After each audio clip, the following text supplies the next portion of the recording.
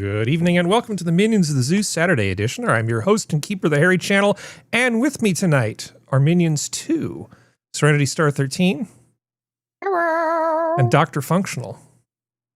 Entirely not fueled by Rage-a-Hall tonight. Exactly. For now. Serenity now. No, it's just I've found over time that certain combinations of people on the panel tend to produce very different feeling shows. There's like a different vibe. And I have a feeling that tonight's going to be relatively mellow.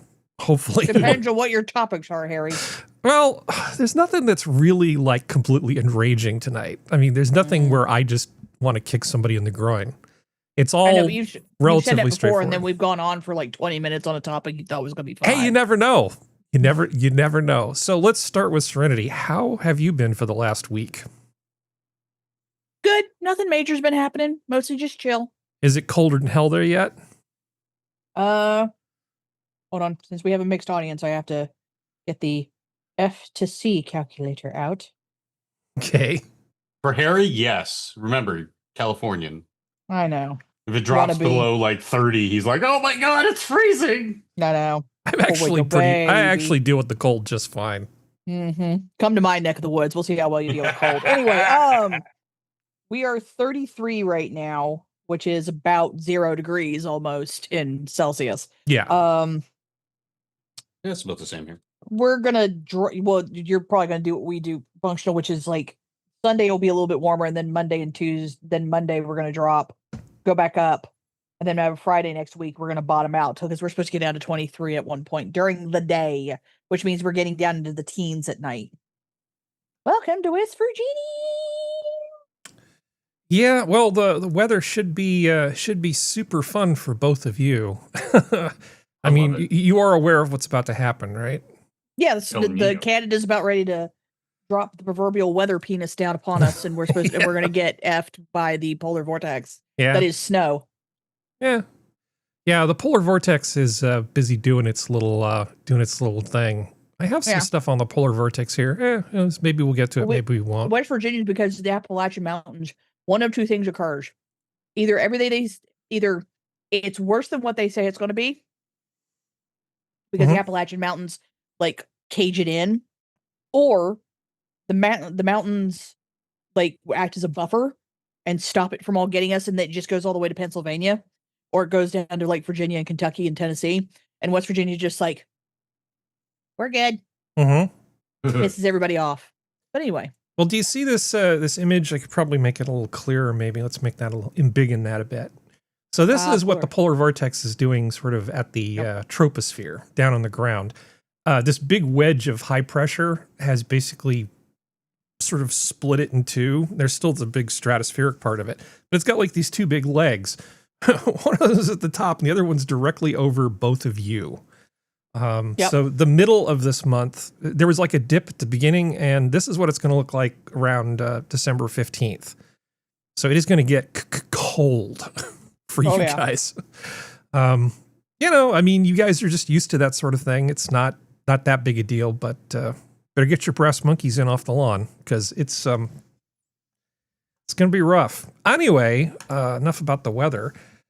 The fine changing of the seasons is upon us, and we just got through with Thanksgiving, at least those of us in the lower part of things, and Christmas is already here. It just feels like there's just too much stuff. It'd be nice if we could space it out a little more, you know, just sort of have like Thanksgiving be a month earlier, like around when the Canadians do it. Nah. Yeah. No? I like it in November. Yeah, I'm kind of used to it. It's okay. Besides, the number of people whose birthdays I remember relative to Thanksgiving, if we start messing with this, I'm going to be apologizing to a lot of people. I'm terrible with remembering people's first names. I'm equally terrible with birthdays. Most people... So a lot of people's parents had fun times on Valentine's Day, and a lot of them had late October, November birthdays. Okay, good to know. Good to know. Well, it's cold in February. Yeah, good times. So, DrFunctional. Oh no. What do you mean, oh no? I don't know. So you got all swole at the gym today? I am so fucking sore. Good for you, man. And I told Harry and Serenity what happened before the show, but I'll keep it brief. Your boy Functional decided that he was going to go pick some things up in the market, so it's a little bit further than my gym. And I picked up 7 cases of San Pellegrino, which is 6 cans each, and a near 2-liter bottle of juice, and decided to walk home with it all in my arms after the gym. And then when I got home, I put it all away. Well, I put it all on the balcony because nature's refrigerator, and then took my weighted longsword and decided to do some practice moves out in the field. And then came home, and here I am now, sore as all hell. But I'm becoming Dr. Swole functional, so there's that. There you go. So I'm happy with my progress because, like I was saying to Harry before the show, like with my bum knee and the other associated joints, I don't think I would have been able to make that walk with that much stuff 6 months ago. So it's doing its thing. Let me give you a consumer warning about San Pellegrino. Yeah. Of all the fizzy things in aluminum cans I've ever seen, the only thing that has ever failed, ever, and multiple times at this, are San Pellegrino cans. I've had them have rapid unplanned disassemblies on me, where I'll just be like, why is this can empty? And why is the back of my car sticky?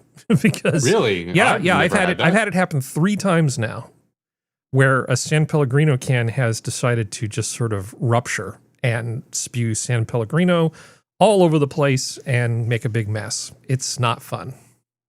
Sounds like you problem there, Harry. Well, I'm just saying, however you store it, maybe don't put it above the armoire that was rescued from Crystal Knocked. Don't put it over the. Just assume that there's a slim chance that it might do something terrible. So don't put it somewhere where it's going to cause damage that you can't live with.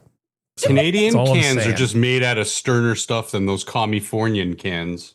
Apparently, it's all the cancer warnings. I'm just glad it is a product of Italy, but it is canned here in I'm just Ontario. glad you guys don't say aluminium. Oh God. Oh God. We don't have the extra. I thought we were going to have a nice chill, relax, and then you bring up aluminium. Oh my God, both of you. Hey, since I completely suck at this, let's see who wants to greet the chat. Come on, Functional. Can you say hello to the chat for us? I have to bring up the watch page. Yeah, you would have to bring up the watch page. I would. It's not all about you, Harry. And then the chat has to load. Yeah. I don't know what's going on with this is peak content here. YouTube and Opera and whatever. Yeah, my chat's just not loading. Okay. Well, then I will do it, and I will try not to suck too badly. Minions of the Zoo is here. Oh, that's me. Broll13. Hello, all. Hello. Let's see. Silver Ravenwing. It's so far away. Okay, Silver Ravenwing. Nothing to see here. 9846. Hello. Minus 21C here. Jesus, where are you? where is it? Minus 21. Jesus. No, where would you have to be on this planet to be minus 21? Probably one of the Dakotas or Montana or something like that, or Michigan. Wow, that is impressive. Okay. Or Alaska. Who changed the chat preferences for the channel? I don't know. Okay. What do you? Well, because it's. Well, I have to say hi to Joel McLaughlin. 13 is Serenity. Yeah. Okay. I've always been that. All right. Well, I have to say. Yeah, but it would say hi to Joel McLaughlin. Handle. Yep. Everybody say hi to Joel, okay? Hi, Joel. Hi, Joel.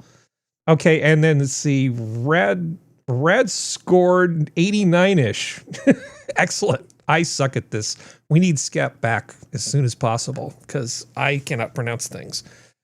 To be so handicapped. We just need people's names back. Yeah, I don't know what's going on with that. YouTube is cancer. It's a new channel feature, so you can get rid of people's nicknames and just have Nothing their. to see here lives up in Winterpeg. Ah. Oh, That's the reason why he did it in Celsius. Jesus. Well, I can handle the cold, but maybe not that much cold. That would be a lot. Well, for one thing, we're not really equipped for it. I have single pane windows, and they kind of leak a little bit, which is great in the summer because you get a little bit of fresh air all the time. I don't have to worry about all the indoor pollution problems other people do because my house is kind of porous. But when the wind kicks up and it gets really cold, this California house just like, oh man, it gets a little brutal unless you turn on the big gas furnace. My gas furnace is so old. How old is it? That when I call people to come look at it, they just start laughing. You have to warn them first. It's like, all right, do you have me in the books? All right, look what it is first before you bring your butt out here. If I did. Trainee, just bring them on down. Yeah, I did. Yeah, I have a Tuck Thin Boy, I think is what it's called. Tuck Air, TUCKAIRE or something. And that brand does not exist anymore. It got bought by another brand, bought by another brand, and it's like original to the house. And one of these days, I should really get around to replacing it with something that doesn't suck. But, that's not going to happen today. Oh my gosh, what was I going to tell you guys about? Oh, I decided on the new motorcycle, I'm still sort of testing things out, like the new foot pegs and trying to get the geometry right. So I wanted to give myself a bit more of a challenge just to see how much it broke my body. So I got on the bike and I drove all the way out to a town called King City, which is like a ways up in the valley. And then it got really cold and windy. And then coming back, I found, certain things were not working particularly well as I was driving all the way from King City to Silicon Valley. It was like brutally cold and certain things were uncomfortable. So I've ordered a seat pad because I'm like, this saddle is really comfortable for 1 hour, 3 hours, not so much. After everyone has told you how cold it is where they live, tell us what's brutally cold to you. Okay. It's brutally cold when it's about 42 Fahrenheit, but you're going 70 miles an hour. So add 70 miles an hour wind chill to that, and then do that for 3 hours, and then you'll know what I'm talking about. That's actually pretty damn cold. What do you know of wind chill? You don't know until wind rips skin off body. Yeah. Have you ever had facial hair? Every other day when I don't care too much. I mean, what do you mean by facial hair? Like a beard? Like a proper beard? Right. No, I've never grown a mustache or a beard. Oh, no. Okay. It's too distracting. There have been winters where I've just said, you know what? Fuck it. It's insulation for the face. Mm-hmm. But no. Excuse me. Oh, my abs. Oh. Okay, nobody makes him laugh. Now. Don't laugh. Nobody make functional laugh. Hard shit. There have been points where it's been so cold and the windshield so bitter, and just walking, mind you, not driving through it on a motorcycle, where I will try to scratch my lip underneath this mustache, and I have thick Middle Eastern facial hair. And chunks of my mustache just fall right off because it's frozen solid. Yeah. Not unheard of. That is wind chill. Harry, you all right over there? Did I break them? If you talk, Harry, we cannot hear you. Oh, sorry. For me, since it doesn't really get that cold in terms of numbers, when I get personally cold, it means I've been in it for a long time without a lot of protection. And honestly, the two coldest times I've ever been in my life, once was sea kayaking in the Pacific Ocean for a day. That was the suck. And then, the real coldest I was mountain biking, go up a big hill, and then the fog came rolling in and the wind kicked up, and then the whole way coming down that hill, I just froze. It was the worst. It was the most hypothermic I've ever been. It was absolutely insane. But no, the weather here is fantastic. The polar vortex is not going to be a problem for me, and you guys have all the sympathy in the world. I mean, hopefully you can have fun with it. I mean, you live in a place, you guys are both prepared for this stuff. I mean, is there any fun Christmas stuff going on in your neighborhoods? Although, I mean, there's always the Christmas parades and stuff like that. And my small town I live near already has all the Christmas street decorations up. I'm so used to the cold, Harry. I've more than once had to go outside with just a coat on and shorts in 30-degree weather. So I'm so used to it. I don't even react to it anymore. I'm like, fuck it. Yeah. Here we go. No, my northern Scottish ancestors gave me pretty good genes for dealing with the cold. I largely don't mind it. It kind of wears on you when it starts going into the hours. Then it gets to be a bit rough. But I mean, for the most part, I don't really get bothered by the cold all that much. It's fine by me. So I don't know if you saw this before, but remember the horrible Jill Biden Christmas extravaganza they did at the White House a few years ago, where it was like people wearing animal heads, dancing around in leotards, and it's really hard to describe how bad it was. And then people were talking about the fantastic classing up the White House that Jill Biden was doing. It's like, come on, you people are absolutely nuts. So they did release the video from the White House of the Christmas decorations, and it's like a whole production. So I'm going to play this for you now, and then you can tell me if you like it or hate it.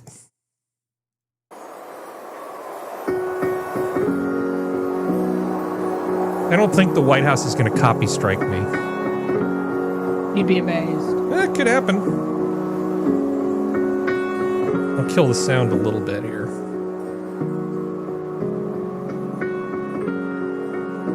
These all seem like pretty safe choices. Yeah, but I like them. Yeah, that's a nice room. Oh, Yeah. wow. Blue with red, sky blue with dark cranberry red always looks really good. Oh, by the way, so that Trump picture, let's just look That's at that. his mugshot. That looks like a needlepoint of his mugshot. Yeah, that does. It looks like a needlepoint. God. Yeah. I saw that and I noticed it was a needlepoint and I'm like, wow. Wow. It's amazing.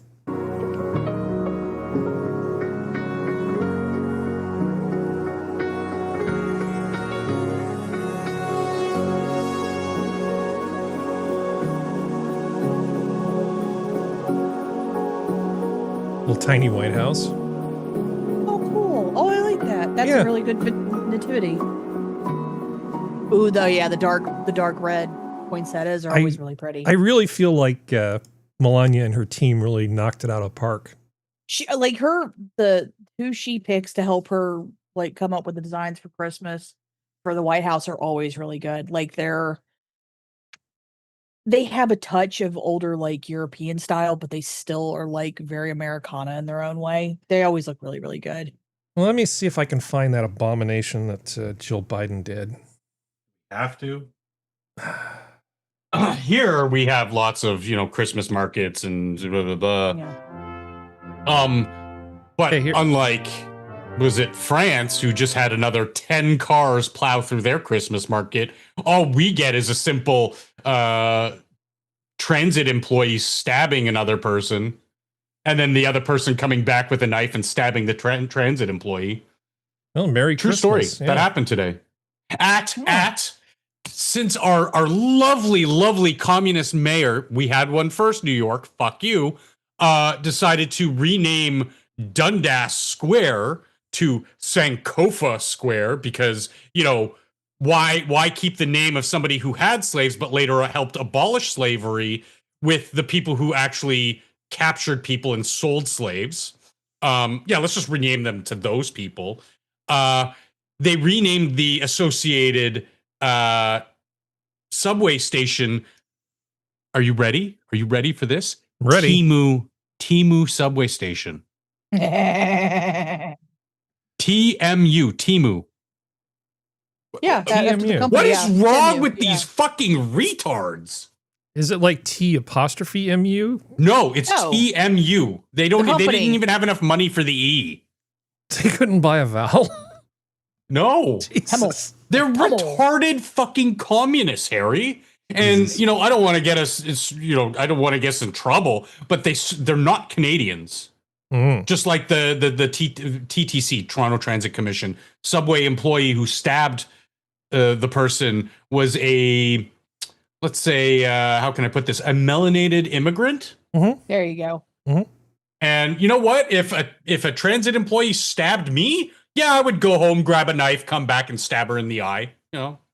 Yeah. So here's the Biden Christmas. I just wanted video. to delay this as much as I could. He tried, chat. He really tried. Ugh. I don't know what the hell just happened there. Okay, hold on. Here's the. Is that Wicked? No. Oh wait, I no, don't she's know. not skinny enough. I don't know what this is supposed to be. There's a guy with a flower on his, and then there's this guy. They're trying to do Candyland, The like rabbit? do the whole like Yeah. Candyland, Santa's village kind of thing. I didn't know magic mushrooms were part of Christmas. Have you seen some Christmas movies? Old Christmas movies? Yeah. They weren't. Yeah, really. Yeah. So this is the, and that whole thing where people just wander around with their mouths open. I can't here just kill the sound on this thing. Let's see. Are there any?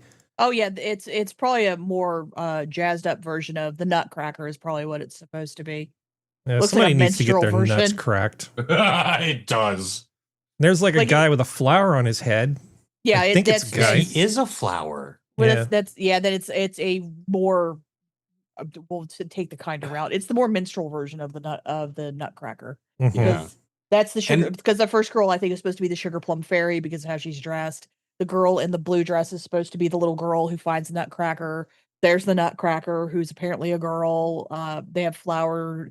They have Trump as the Rat King. That's the reason why that one guy with the blue suit. Oh, lovely. That's the Rat King.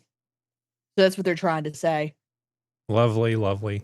And Well, anyway, this is you- terrible. This is what happens, ladies and gentlemen, when you have someone who who loves the Nutcracker Ballet and knows all this stuff. You also made a good point, Serenity, earlier in noticing the color choices of the current year's Christmas decorations, having those blues mixed with rich reds, and then the Biden stuff is all sterile. It's all white. There was all, in that last room, they did have Yeah, some that red one in the there. trees, but look at all the other decorations. Even though they're doing Nutcracker, that opening hallway with the candy cane stuff and blah blah blah, it's still it looks so sterile. well, it's because they're There's no soul. with Melania, they're using yellow based light. Yeah, the Rat King right there. That was Trump. But anyway, with Joe Biden and them, they were using white blue light, and it doesn't Yeah. work. In old houses, it doesn't work. Like we And can't it do Is the blue light White in my- House, which Yeah. most areas are white. Yeah, but it's the white in the White House is aged so much it's more of a cream. So when you have No, I know, white but blue in light, it's combination, like- like you said, with the white light, the blue-hued white light, it just drowns all the color, all the yeah, vibrancy out of the color. Doesn't they look had the good. lights up too high. Well, they had the lights up too high too, which is the other problem because it's like you Yeah. need the juxtaposition of the colors, which is at least. I don't believe Melania is the one doing it entirely by herself. I don't doubt she has input, but No, the she got person a that team. She has a team. Well, that's it. Well, that's what I mean, though. Like her team also understands with older buildings, you can't do blue white light. Like you can kind of go a little bit bluer, but you have to do the yellow light because it just Yeah. works better. Because I do that with my everything- models Yeah, when I'm photographing them for Instagram because it just adds more Depth. vibrancy in the camera lens to the rich color palettes. If I'm using a rich color palette, which generally I like to translate better to photography, even if it is digital photography. Whoa. Right. I'm also And- building and- models here, so well, well, you that's the other thing of like because everything in the White House is older, the paint is old. It gets repainted, obviously, but they're still going to try to keep it more of the slightly off-white color. All the floors are that every dumb bitch on the internet calls it orange wood. I call it golden wood, where it's the wood that's aged and it's kind of gone a golden hue. yeah. Like you can't, like when there's that much yellow and orange and gold and copper and things naturally, you can't do white blue light. It just doesn't look right. well, while we're talking about colors, it's a Okay. perfect You bridge. have to- It's a you have perfect to make a- bridge to another What you thing. about to do, Harry? What you about to do? What bridge you about What to me? build? What? What bridge are you about to build? Build that bridge. Come on. Pantone's 2026 color of the year is kind of divisive. Despite the optimistic tone the company projected, the decision is raising eyebrows across the cultural landscape. I present to you the color of the year for 2026, Color Dancer. It is a color Cloud Dancer. Cloud Dancer. Yeah, sorry, Cloud Dancer. It's okay to be Cloud Dancer. It's okay to be Cloud Dancer. So, and I have 3 Pantone swatch books. Yeah, from my design days. My business card has 2 metallic Pantone spot colors on it, dude. Ooh, somebody's a fancy pants. They're also transparent plastic. Anyway, they cost me $1. They cost me $1 a piece. Patrick Bateman thing, but I'm jealous. Yeah, I kind of went all out on my marketing stuff. So this says here. So this is what Pantone said about it. An ethereal white hue Pantone 11-4201 just rolls right off the tongue, doesn't it? Cloud Dancer serves as a symbol of calming influence in a frenetic society, rediscovering the value of measured consideration. Pantone Color Institute Vice President Lori Pressman said in today's announcement, similar to a blank canvas, Cloud Dancer signifies our desire for a fresh start. Maybe this is a good moment to note that white isn't the absence of color, but the simultaneous presence of all hues. Now, can you anticipate how this was received by some people? Racist. What, like Mother Jones? like Mother Jones. The New York Times convened a panel of 4 style experts, of course they did, to weigh in on the decision with opinions that varied. It's certainly a conspicuous choice following a year in which DEI programs had been dismantled and the party in power has been debating how friendly to be with a white nationalist, noted Callie Holterman, who also noted the hue's association with cottage cheese and dental floss. Well, she must be fun at parties. I mean, here we go. All she did was turn a color of slightly off white into like this whole narrative of they usually do crap. It's predictable, isn't it? They're predictable, but it's a warm white. Like it's not the too blue of a white. So it doesn't bother me. It's better than like the 1 year we had gray. And anybody can be offended by anything at any time. You just have to have the right mindset. There's nothing inherently wrong with white as a color, right? Oh yeah. No. Oh, yeah. Yeah. I mean, it's not a color, but it is a color. What publication is this? I didn't want to go for some stupid like New York Post. I don't care. You'd care enough to know why I picked artnet.com. Oh, okay. No, I just wanted to know what it was because they were wrong. Okay. Because in white light, air quotes, white light is the combination of all the colors. In pigments, it's the opposite. It's the lack of all color. Well, it's not Pantone who made that particular comment. This was Victoria Benzine. Yeah, that's why I was asking art.net or whatever. Like, they should know better. Come on, do better, guys. Artnet.com. Artnet.com. I didn't find the hex code for it, though. So, yes. So they, of course, they do marketing and branding, and there's people who are going to come out with different clothing items and things and use this that are going to be featured. It's all of this big marketing reach around that they do every year. And, they've had all these different colors previously, like sort of brownish colors and different colors. And they said, are these supposed to be skin tones? And they always say, no, these aren't skin tones. These are just colors that we use to decorate the world. We've quantified all the colors that you could possibly imagine, and half of the population can't even see. Kid you not. And they just pick them. They just pick one at random. Like, who cares? Yeah. I love Pantone because it's a wonderful resource for, again, art nerds like me and you guys to like look up and be like, and especially when I want to, if I have something, because this has happened, somebody wanted a certain green that was on their business card. I looked up the Pantone color, and then I looked up, there's actually a resource online that will tell you the Pantone colors of each of the paints, the model paint lines. Didn't have it, so I had to mix my own and get the exact right thing. And like it's so much fun. Like this is the type of artsy shit that I just like geek and gush about all the time. Yeah. Well, it's better than last year's color. Last year's color was called Mocha Mousse, which is just a version of like brownish red. Mocha Mousse. Yeah. MOUSSE. Yeah, as in moose, the food. As in the food. Not MOOSE or. That's a nice sort of like neutral brown, light brown. It is. Like But like they've had better colors from years before. Like Peach Fuzz was a better color in my opinion. Viva Magenta was really good from 2023. But yeah, no, it's like I will take Cloud Dancer over Mocha Mousse personally because I like Cloud Dancer looks better to me. 2024 was Peach Fuzz. Yep. 23 was Viva Magenta. That one's good. I like that one. 22 like an Elvis was movie. Very Perry. Do you want this article? Because it has the rundown. I don't know how deep we want to get into this. 21 was Ultimate Gray? Mm-hmm. But that's yellow. You're supposed to look at her shirt, her arm sleeves, not the background. Send me the link in Discord, please, in the show chat Discord. There you go. Thank you. There's some. Oh yeah, I like that blue.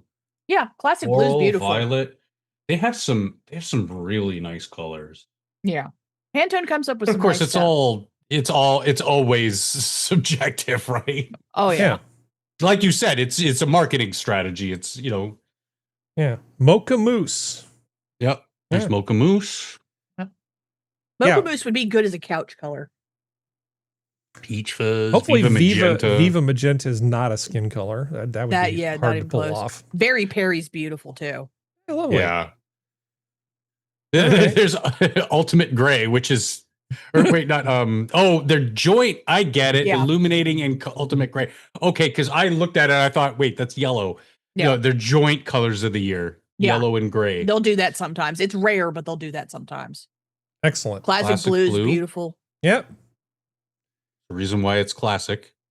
Greenery. See, this is West Virginia right here. We're a little bit darker than that. Yeah, I know, but the joke still works. All right. Hey, no, you got to keep. That's called a callback, folks. That's like almost like a pro. If you want another callback, go back to that page. Okay. All right. Scroll down just a little bit more. Rose Quartz and Serenity. Hey. There you go. Hey now. Okay. There's Serenity. All right. Let's see. Where should And I'm 2014 because I am a Radiant Orchid. There you go.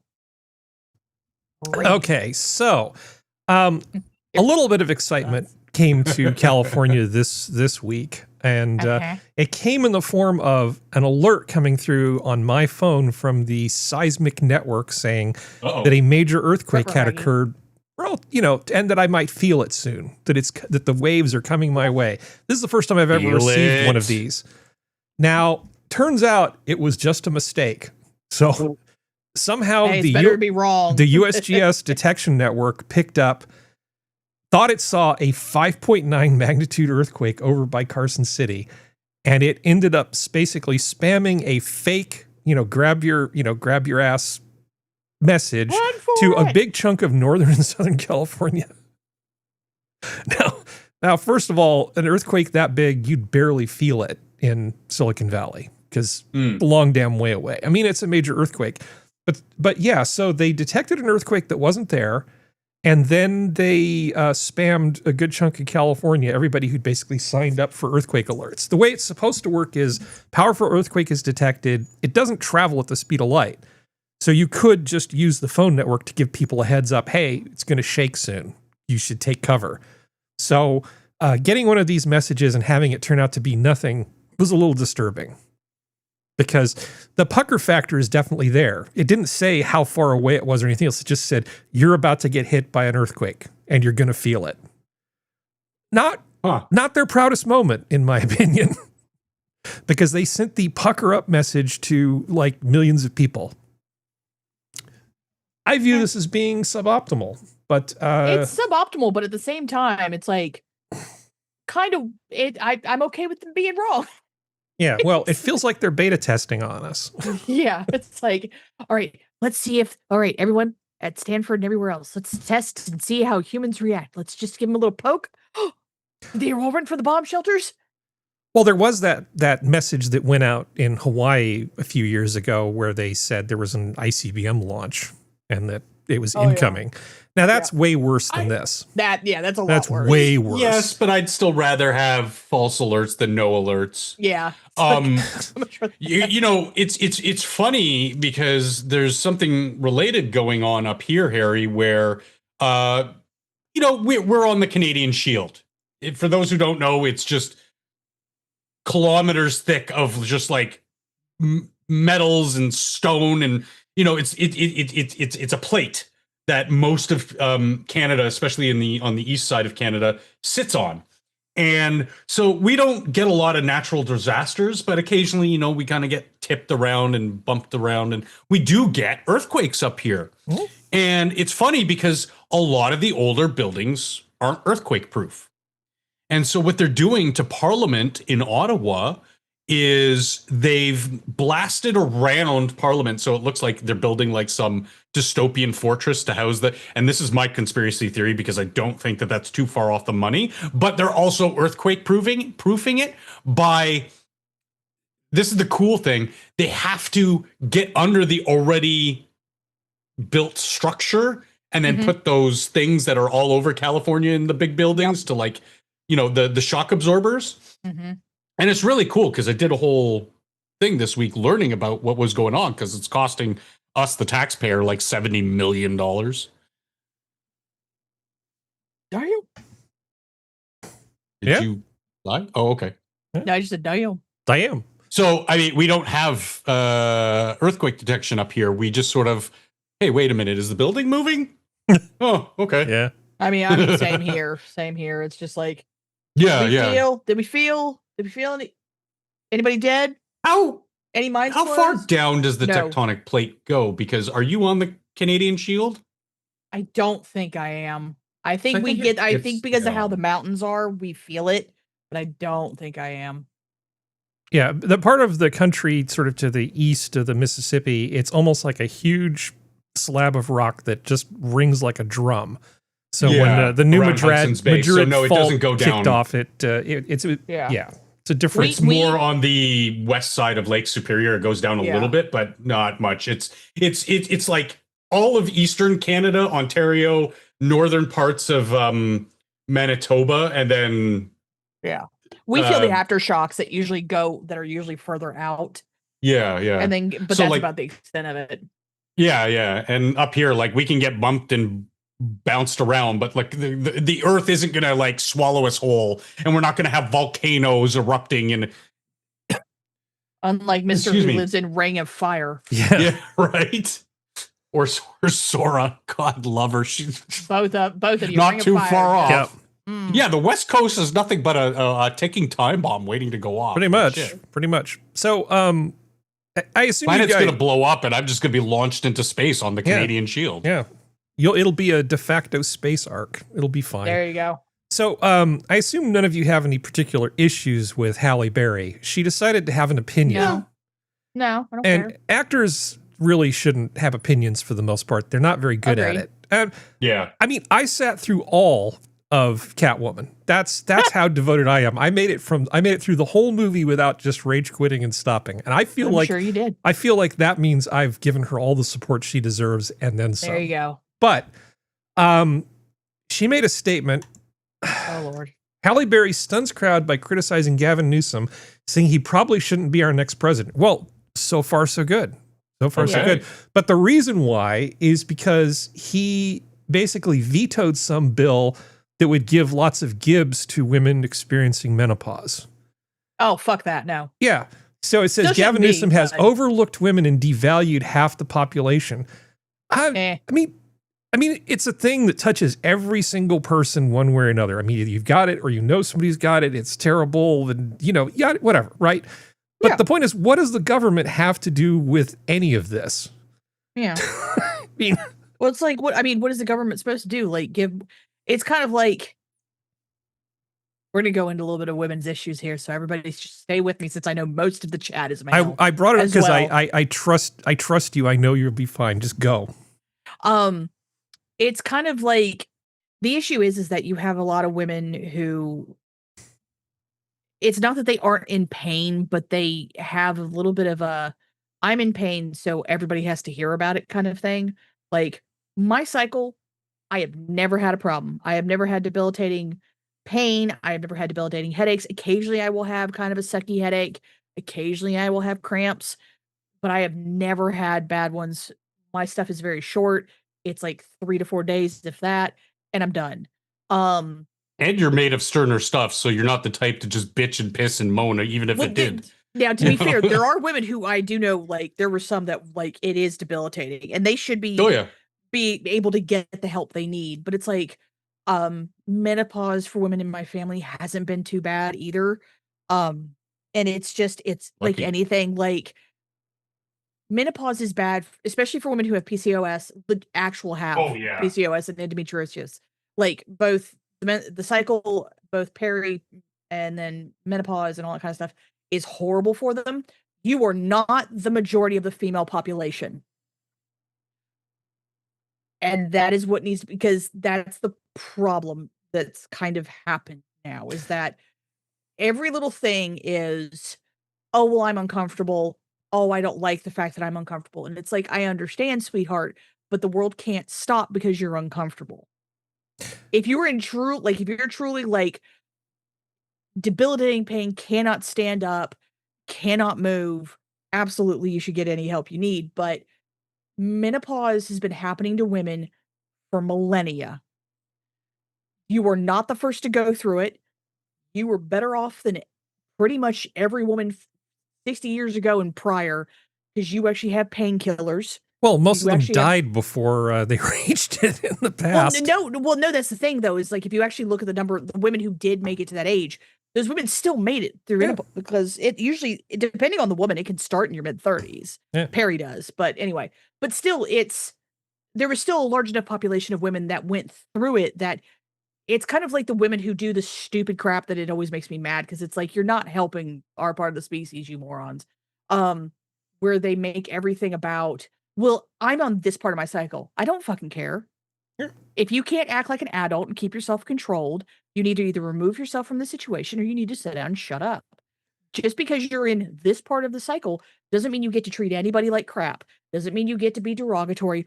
Doesn't mean that you get to just take it out on everybody else. That is not an excuse. You get sick days, ladies. Just saying. Well, the thing is, it's like, and then once again, if you are truly if it is truly that bad, hi, Sora.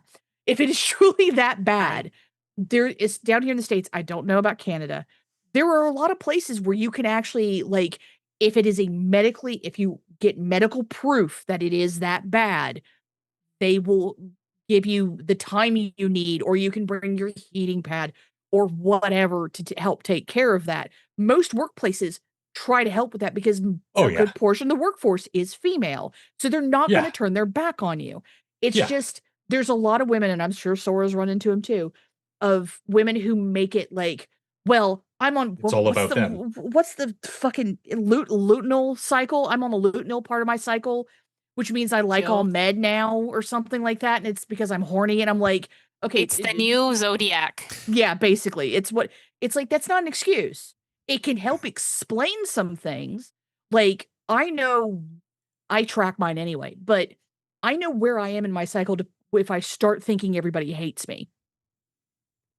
And I'm like, check my schedule. Oh yeah, I'm a week out. Okay, that's good. And then I know not to believe it, because it's like, I know if certain individuals, either if they don't like me, will not talk to me, or B, they will tell me to my face in a polite way, because if Functional has a problem with me, he will tell me to my face. And same thing with Harry. Skep will probably be a little bit nicer, but Skep would do it too. Sora will do it too. But that's the thing. Like, that's how I know that it's in my head and that it's my hormones screwing with me. Serenity, you're not yourself. Have a Snickers.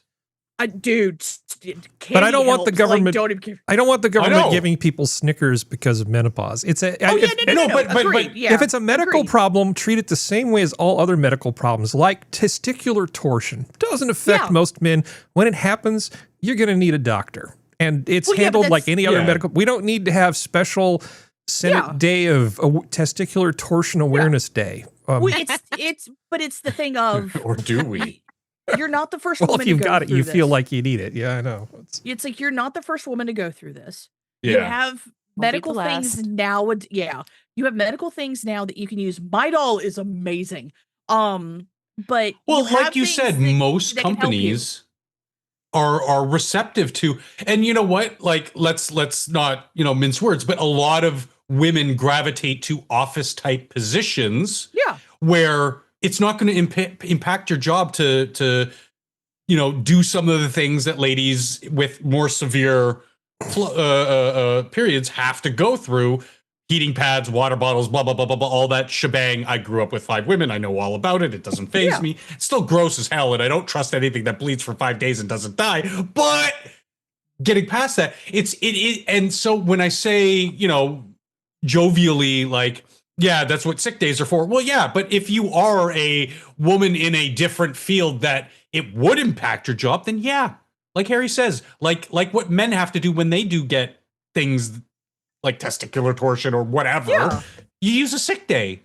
And I don't mind if, between the woman and her employer to say, hey, what a Sora. Don't make me laugh, Sora. Oh my God, my abs. Where was I? Oh, right. Then maybe that's something you can bring up with your employer. Like if you are one of those boss babes that works with the men in the construction field, like just say to your boss, take him aside and be like, look, Harry, I work very hard. I like my job. I like you. Mm-hmm. You're my boss, everything like that.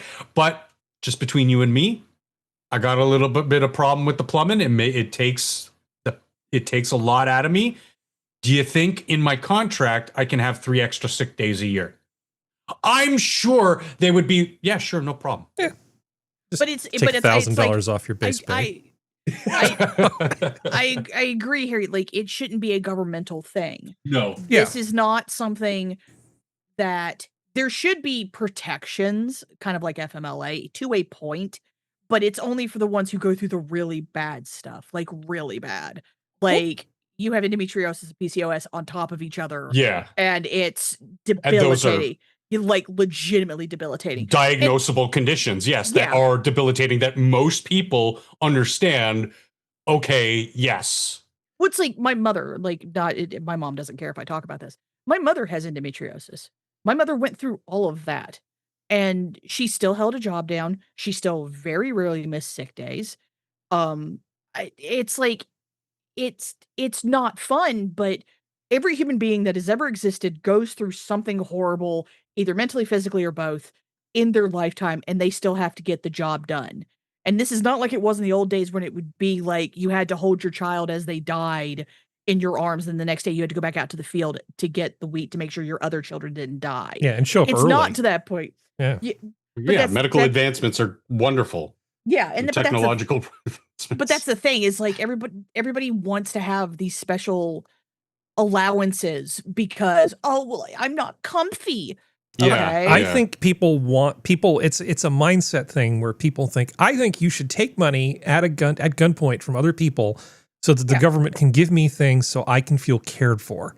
Yeah, and it's not the government's job to care for you. And in reality, everybody cares, right? Men are not terrible. We don't want women to suffer, even if they're not complaining. It's not just like, oh, you're complaining, we want you to stop. No. We don't want you to suffer. Your friends don't want you to suffer. Nobody wants you to suffer. Okay? Everybody loves you. Seriously, you don't need the government to give you menagibs to feel better about it. Now, you talk about like the tampons in the bathrooms or something. There's the whole issue of, is it the government's job? No. Practically speaking, is it a really good idea? Absolutely. Yes. I mean, I'm not going to argue with you when there's such a clear practical case for something. I just kind of set that aside. But Halle Berry and most actors are not very smart. No, they're not. I've heard her in interviews, and I got to say, I was like, kind of like, oh God, this is Diane Lane all over again. It's like, just be pretty and don't say stuff. I mean, it's the fact of like, that's the reason why most actors aren't directors, aren't writers, and that kind of stuff. Occasionally you'll have overlap, but they're usually not as talented as they think they are. Yeah. So it's that kind of stuff. Anyway, shall we say hi to Sora? No. Hello. Hello, Sora. We already talked about how cold it is for everybody else. Sorry, how cold is it for you? No, she's going to be It's fine. not cold at all. Yeah, she's not affected by the polar vortex. She's on the other side of the mountains. Yeah. She doesn't get real winters. Later in December, it's going to get cold The for her. island. I have the island, and then I have the Rockies too on the other side. So she's got a blocker. Yeah. Yeah. Does a whole lot of good. See, like Sora and I are in the Except when you yellows get an and the earthquake. greens. Look out. See how nice it is? Everything's great. That nasty blue bruise of the atmosphere is over you guys. Yeah. Yeah. Ouch. I'm sorry. Yeah, it's not going to, it gets kind of cold for Skep there because this, as the month goes on, it's going to work its way further down south. And you're going to get a little taste of it at the end of the month, but nothing bad.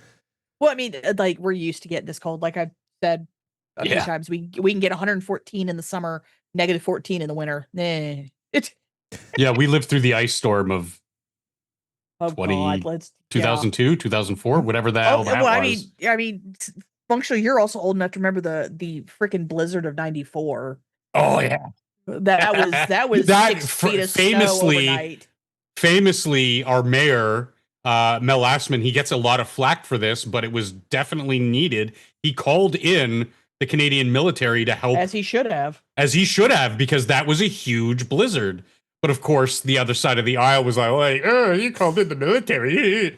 Yeah. That's what they do. They help the people.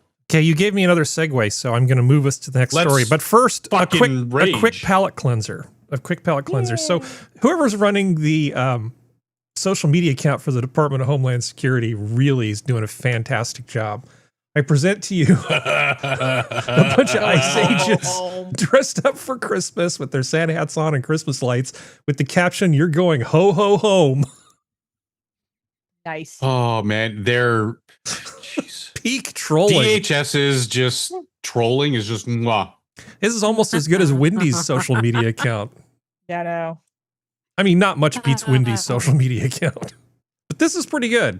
This is pretty good. Anyway, at least I'm having fun. All right, let's see. Not all about you, Harry. That's all that matters. Don't encourage the boy. God, I have so much stuff here that we can talk about. It. Well, okay, no, we have to go with the segue. What was it Functional was talking about? The military. The military. Yeah. Okay, let's see. We're all familiar with the JSDF, right?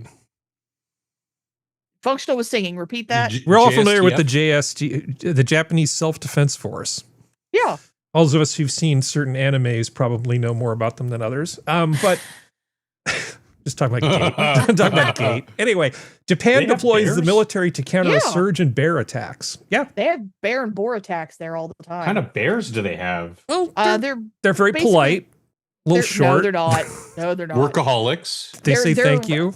They're another bear. They're another version of the black bear. They're another version of the black bear, I believe. Oh, okay. Yeah, no, that makes sense because they're okay. Yeah, so here's something with some video in it here. Is wearing bulletproof vests are on the move. Oh my God! The bears have learned to shoot guns. These are Japanese troops in Japan. That's a very dangerous thing. Wild bears. They have guns. The operation is underway in a forested area of Kazuno City in Akita Prefecture. But officials have assured the public that the soldiers will not use firearms to kill the animals. No. Instead, they've been ordered to set up box traps with food, transport local hunters, and help dispose of carcasses. The mission follows Look at that cute little car. Authorities who are overwhelmed by a surge in there he is. Oh, okay. Yeah. We are constantly cooperating with the self-defense forces on matters such as sporting events and natural disasters. Yeah, we gotta give them something to do because we're not invading anybody anymore. Shinji is such a bitch. Then through countermeasures against bears, Get in the mech, Shinji. achieve our primary goal, protecting our residents. Since April, See? more than 100 That's a bear people attacking have been somebody. attacked by bears. They're with at so least 12 tiny. people I know. killed. They are. Two-thirds But she's just a That's little. actually She's kind just of funny. No, she's a little Japanese lady. I understand. Like, compared to the black bears we have up here, they're so tiny. They Yeah. are. But yeah, no, they're Hey, boo boo. what is Oh, look at the cute little bear. but they're On they're the- on northern the Japan side. because Akita prefecture is up north. It's not Yeah, toward yeah. Hokkaido, but it's up there. Yeah. But you can see the landscape is very, very conducive to their Oh yeah. habitat. it's- So that's why it made sense to me. I just never thought that. Oh wow, they have black bears. Yep. Yeah. But they have signs everywhere talking Yeah. about be careful of the bears. I think in the south they have signs about being attacked by boars. But yeah, they're very scared of the bears, and I'm like, just give like 10 Americans shotguns and turn them loose in the woods. It'll take care of your problem. Just get some guys named Clem and just bring him in Just there. send me over there. Just let the Jeez. Americans handle it. There's a military base up toward Hokkaido. Just tell the Americans we have a bear problem. They'll go, are we allowed to eat it? And if you say yes, they'll go, all right, let's do this. Not And the liver. We'll take care of it. Oh. Bear jerky, black bear jerky is Jap- amazing. Depends on what they eat. Yes, Bear but it's diets. Japan. It's all little Japanese people. So there were a Beech few. nuts, healthy. acorns, bamboo, Say these bears will be delicious. insects, berries. Oh, they're going to be delicious. They are going to be Yeah. delicious. Well, they don't have a lot of prey animals in Japan anymore. And they Most don't them have a died lot of into fat extinction. either. Yeah, they're a cousin of the black bear, but they look more like sun bears. 'Cause Yeah, they're they that do. kind of skinny. But yeah, Grasses and herbs in the summer. Okay, can I advance us to the next thing? Yes, I'm just. Go. Okay, I'm remember that- Wikipediaing these bears. Remember 'cause that cool little car that you saw, Whoa. and Serenity said that's a K car. yeah. it's I mean, you K-car, didn't yeah. sound like that. I can't impersonate you, obviously. If that's my impersonation of saying that's a K car, that's a Yeah, terrible K-car. impersonation. But K-car. Trump has made a few little announcements recently. One of them is President Trump's plan to build and sell K cars in America would be a massive regulatory nightmare. No, And you wouldn't. go, wait a second, we're going to be having K cars in America? Yeah. One of the things that stopped us, other than the safety issues, were the CAFE standards, which were set up in such a way that it was almost impossible to sell a small truck in the US. Well, And it's a distortion. It's a distortion because of the way they put these things together. It encourages you to build a much bigger truck so you can get away Yep. with having shitty gas mileage. Yep. And Trump we said, do it. no, this is stupid. We're not going to do this Yeah. anymore. We might actually get our K cars, Serenity. Yeah. I mean, and And some the of these thing is, things are is like- so cool. Well, the thing is that pisses me off is like, it's like, no, it wouldn't be a regulatory nightmare because we have the tiny little Fiats. Yeah, it'll be and we have the fine. and we have the tiny little smart cars. Yeah, the The little K fart car. will be fine. The Yeah. K car will be fine, and those will be better for cities anyway. It's Yeah. like just let them have their K cars. I am not the biggest fan of them. I like their little K sports cars. I don't like the K like I don't like the van like that's in that picture. I like the little sports I like the cars. little K trucks, but some of these delivery vans are pretty great. Like imagine Oh yeah. you've got like all this food truck culture. You could get one of those little K van things with like a swing up side door on it and then have like a small thing that sells pastries or coffee or something. Man, The thing I would be up all in. yeah. Sorry, I'm still That's saying a the great K stuff, sentence guess that they be up all I in. know. Okay. would be and literally because of what I'm about to say. Yeah. But they make the little K camper vans. Oh, those that would be nice. I would be all up in that because it means I don't have to drive a giant RV. Mhm. I don't have to do the stupid van life bull crap where it's just a Sprinter van that's had too much crap. Come put on, into blog it. about your life. No, God, if I ever do that, someone shoot me. That's right. But it's like those because I've seen those in Japan. Those are adorable and amazing, and I love those. I like the That's what work I would be ones. in. Yes, Like the work little ones are cool, too. work trucks. There's one that Yeah. I saw a prototype the for pickup recently ones? that had Yeah. basically like a half cab. So instead of like the whole front being cab, it just had a cab for one person. And then there was storage. And then behind it, it was just a flatbed thing. It was literally Yeah. just a little flatbed with room for one person to drive it, and you could just put all your shit on it. Yeah, how great would that be on the farm?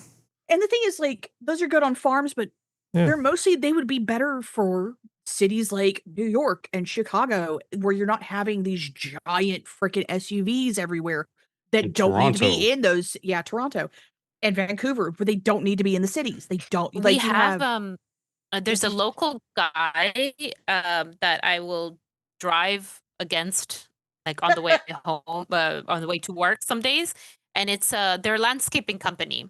Yeah.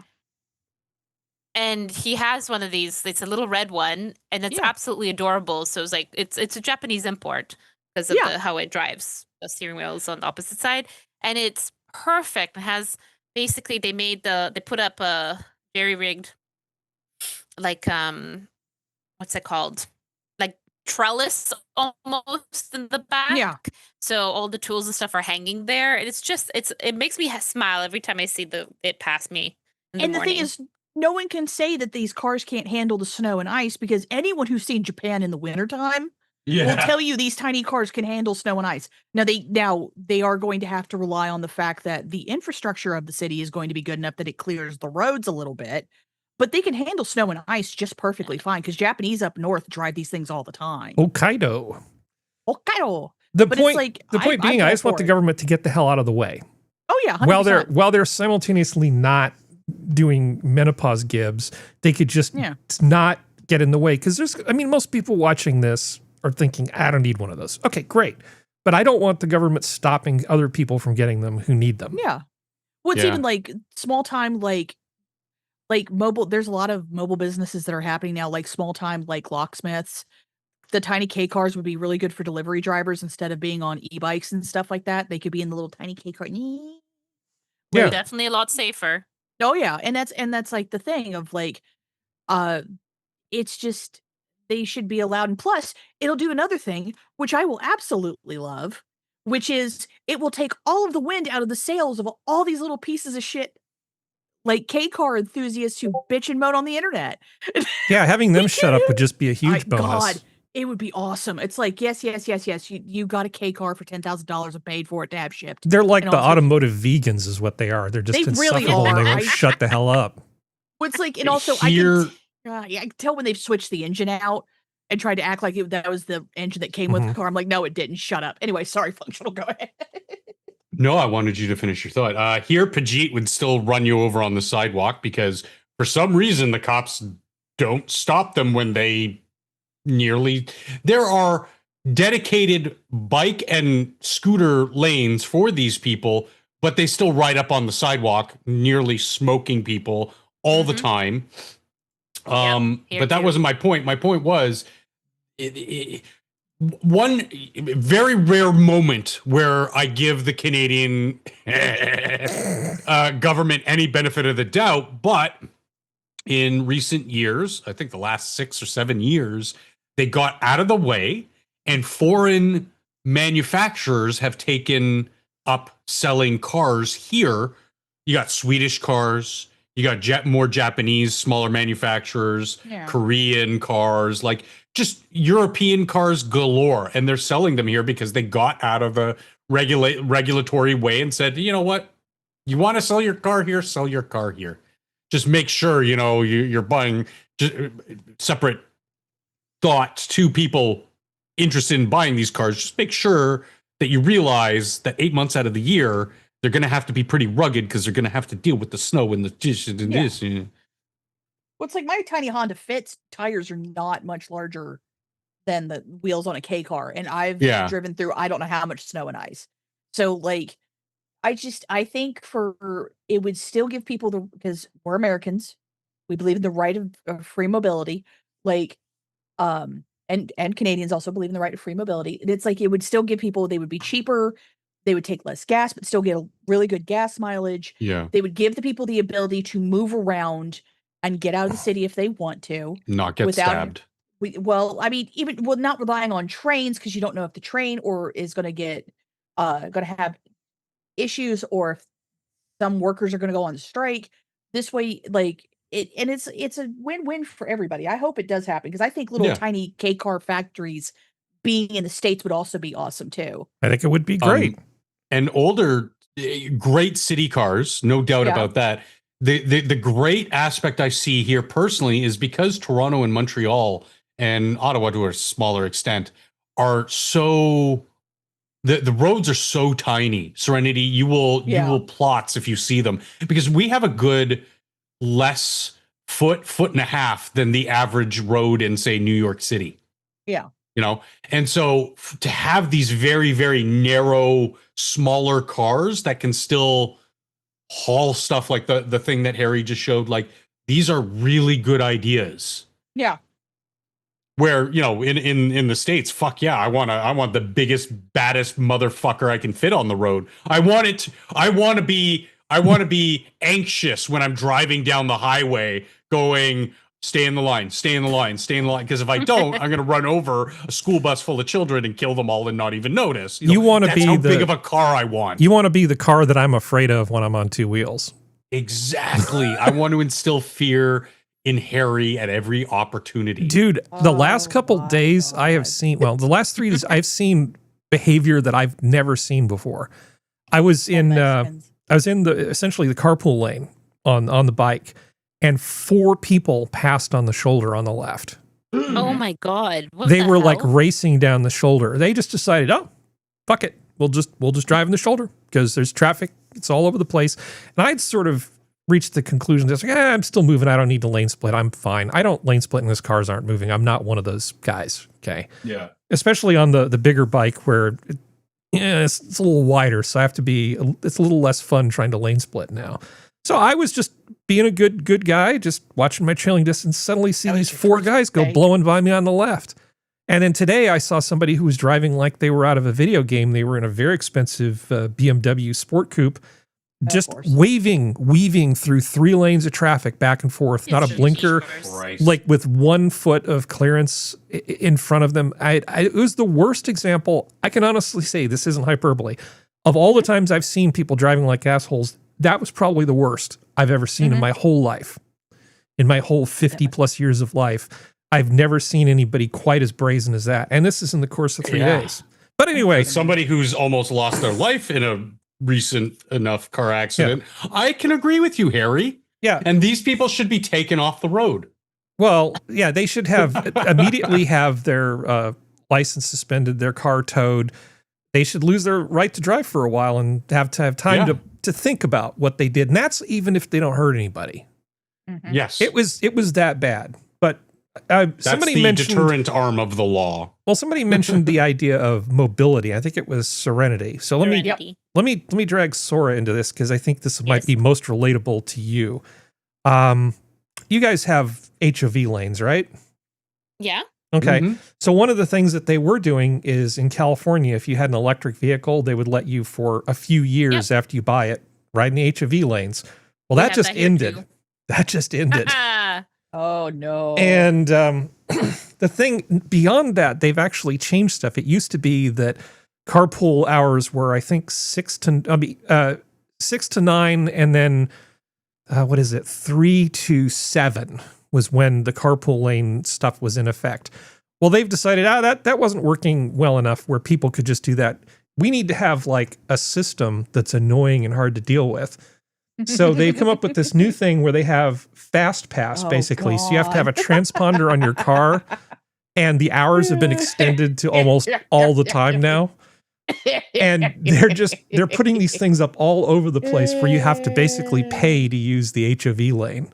Pay to play. It's absolutely so annoying. Gonna spoof it. They're gonna get and it. I actually got one of these transponders because even on a motorcycle, they make you have a transponder.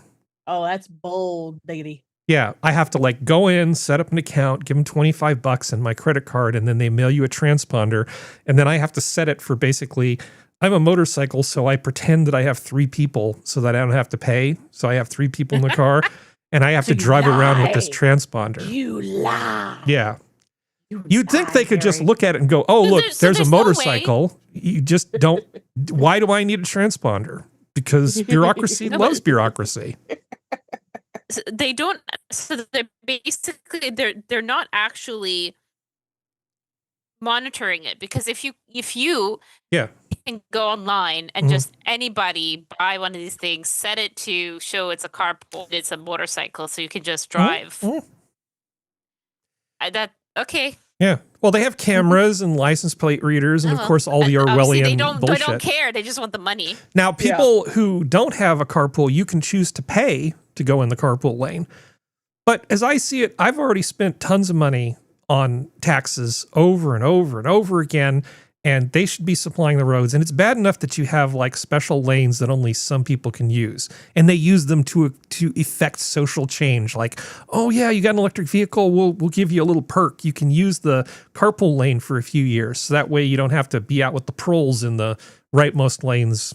And they give you this little thing, but they've said, no, this isn't good enough. We need to not do that, and then we need to charge people. So you get charged on a varying rate depending on how many people are in your car and what kind of vehicle, if you want to use the special lane for the special people. And they're just expanding them. It's not just like, here's a busy corridor. They're just going to be everywhere. So I'm showing this little map here. This is basically Silicon Valley. And they've already done phases 1, 2, and 3.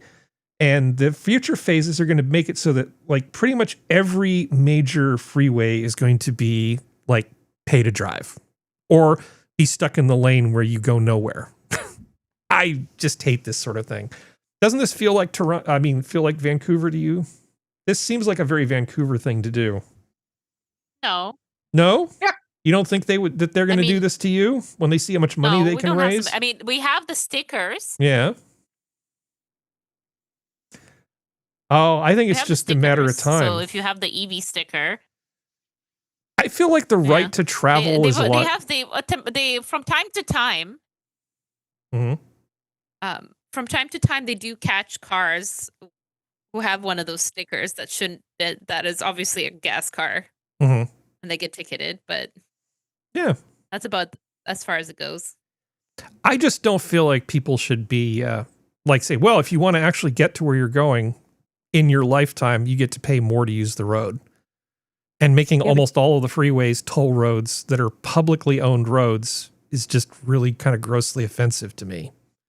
And it's such a Harry. I'm sorry. Your state, don't forget, Harry, your state has the 4th largest economy in the world. Yeah, and they don't want people to travel. You know, it's like, I know, I'm being sarcastic. I mean, second to free speech, freedom of movement is like a really important thing. Yeah. And agreed. I feel like I'm getting tread on.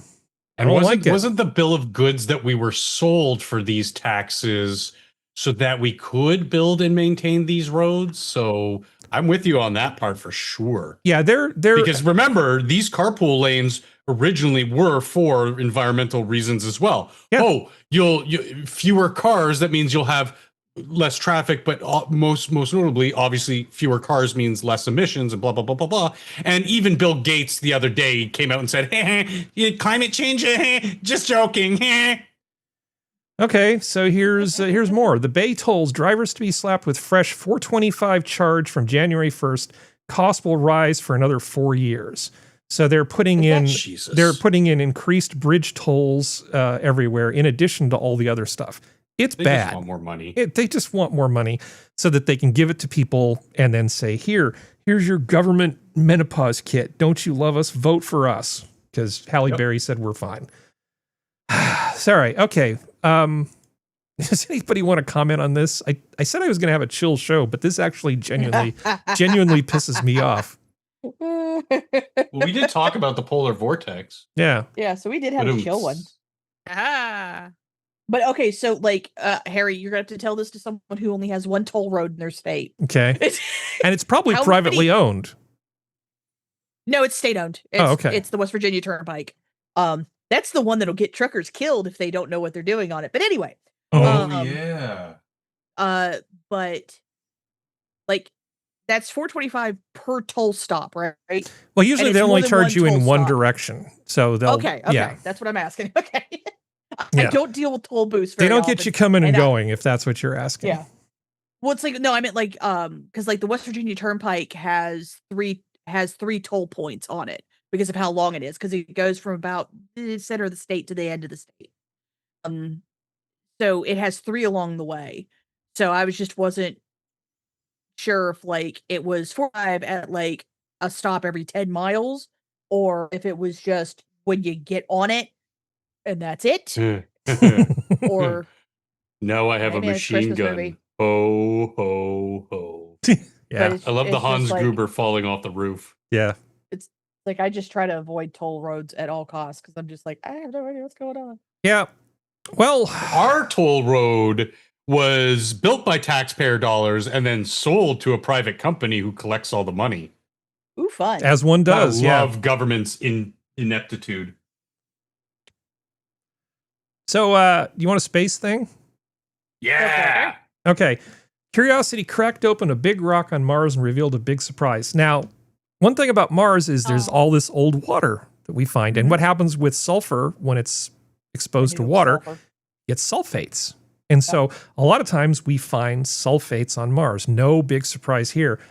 They cracked open a big old rock, and what they found inside it was elemental sulfur. Like, what? They were really not expecting to find like pure, unmolested brimstone inside one of these rocks, and they found Harry, how several often of them. do you molest brimstone? Like, well, every Halloween, molested by nature. But the question is, you're going to say, Harry, but what does this mean? And I'm going to say, I don't know. Nobody knows, because it's like this is not something that they expected to find, which is why it's so freaking cool. The fact that we're breaking open rocks on Mars is by itself actually kind of neat. And then getting the information shortly after. Yeah. Because of transmission speeds, we can get this information within like a week. It's incredible. Yeah.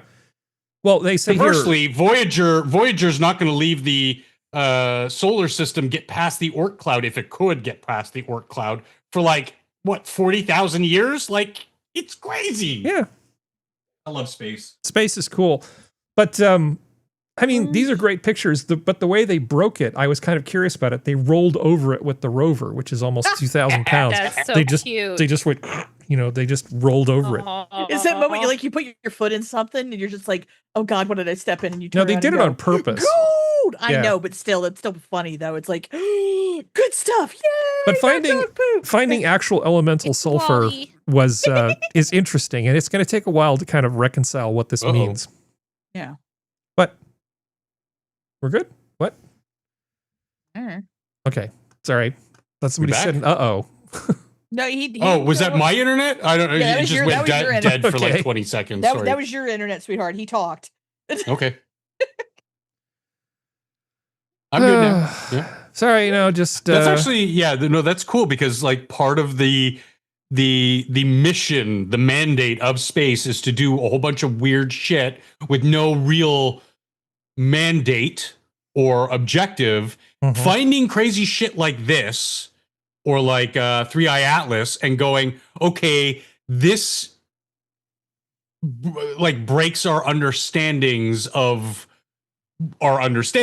and we find these wonderful things that we didn't expect, and we then in 3, 4, 5 months time, they'll come back to us and go, okay, we discovered why there was pure unadulterated sulfur on Mars.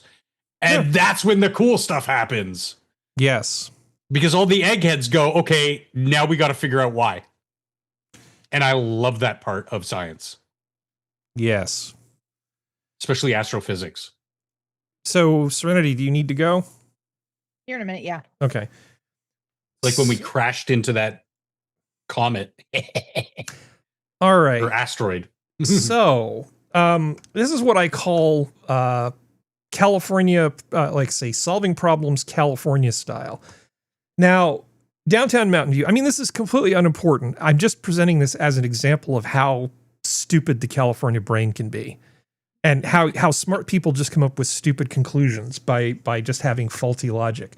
So there's a place in Mountain View where there's like this cute little old street full of fantastic restaurants. You would love it, Sora. Fantastic place to eat, all within like a few blocks of each other. It's great. But there's a train track that runs right by it. And to get to the other side of if you want to go to other parts of the Bay Area, you got to cross this train track, and it causes all this traffic. So they've decided that what they're going to do is not have people cross the train tracks anymore. They're going to, I don't know if you can see this little red arrow here. Yeah. That's the part where they don't want people driving. Okay. So their solution is to loop them all the way over to the left and then loop them through this 180-degree turn and go back here. So that's like, with the wind at your back, that's a 10-minute detour, all because they don't want them crossing over those railroad tracks at that one street. This is a perfect example of the only thing that happens is that, 100%. Yeah, traffic kind of backs up, so people avoid that intersection already. So everybody who this makes sense for is already doing it, right? So it's just the dumbest thing you could possibly imagine. And when Caltrain runs up and down that corridor, yes, sometimes the light turns red and traffic backs up and it's a bit of a mess. But this is your answer to send people off on like a 10 to 15 minute detour? Skep, like Skep would say if he was here, I'm from the government and I'm here to help. This is such a perfect government solution. It's so dumb. That's the type of stuff you see in my city. It's so dumb. It's so dumb. Anyway, it's not something we need to spend a lot of time on. I just looked at it and just shook my head and go, man, California, Jesus Christ. Okay. Now, when you look at this map, do you immediately see city skylines? Because I see city skylines. Actually, I talked about this with somebody I know at IRL, because I was sort of testing it out for the show. And I said that exact thing. I said, if I was to plug this into city skylines, it would be great to watch all the cars just bunch up and stop moving and the catastrophe to start. Yeah. This is a mess. Just get some young guy who knows how to play city skylines and say, hey, come up with a solution to this problem. How about we build an overpass? How about we build an underpass? How about we do anything that isn't this? That's it's not that hard of a problem. And toward the bottom of this, all the streets that are going left, right, those are actually pretty small, already congested streets. This is not a solution. This is absolutely terrible. It's like any desire I had to go to Castro Street, not the one in San Francisco, the one in Mountain View, is pretty much gone. Because this is, a pox on your houses. Leave me alone. Okay. Let's see. What else do you folks want to see? Okay, how about a little palate cleanser? So this is something from Snopes. So somebody in the Department of Homeland Security had a name that is so weird or inappropriate sounding that it actually caused Snopes to have to write an article about it. I present to you, I want to be Horan, DHS Acting Chief Security Officer. Oh my God. IWONA. Oh, that's unfortunate. B is her middle initial, Horan, HORYN. I want to be Horan. Dick Assman is hanging his head in shame. Phil McCracken is laughing out loud at this one. This is pretty great. I'm sure she's a lovely human being. But, I don't think she should change her name. I think if you've got a weird name like that, you should just have it as a badge of pride and tell people to bugger off, right? Yeah. But the fact that especially if you're in the DHS. But the fact that it got enough traction that Snopes had to do a fact check on it, it's like, my name is so weird sounding that Snopes had to fact check that it was real. That's pretty awesome. I started typing her name and 3 letters in and it auto solved for me. Mm-hmm. Yeah. That means you've made it. Yeah. I wanna. You're internet famous, I wanna. All right. Anyway, that was fun, at least for me. I like this. This is good. Yeah. So this I have listed under probably not art. So this is a new installation featuring robot dogs wearing masks of public figures. This just seems like a student project gone wrong. Is this art? I don't feel like it's art. No, it's a nightmare. But wait till you see what they do. They're fully functional here in a way. There's Elon dog. Fully functional? Look, see, it says like poop, and then it spits out like a little picture. That's how the robot funny. dog poops. That's a little funny. I don't know. I don't feel like there's enough there. That's some pretty weak sauce.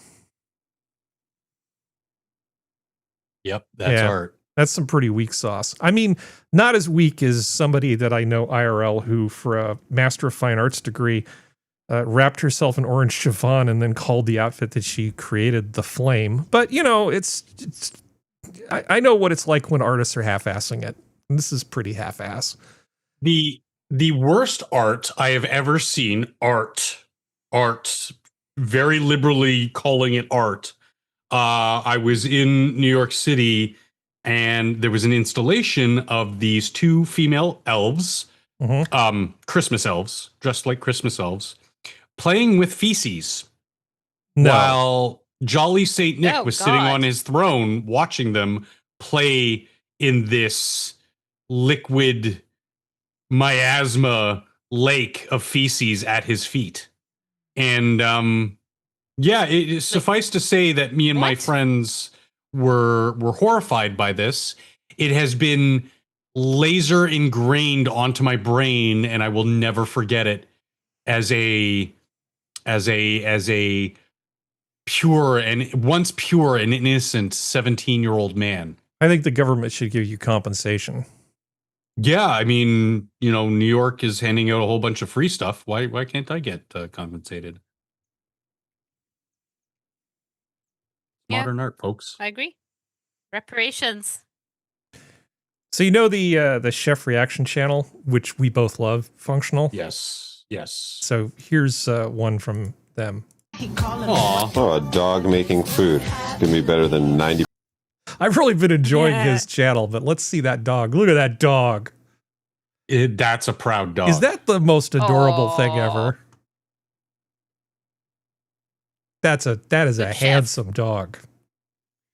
My compliments to the chef. That's right. Good job.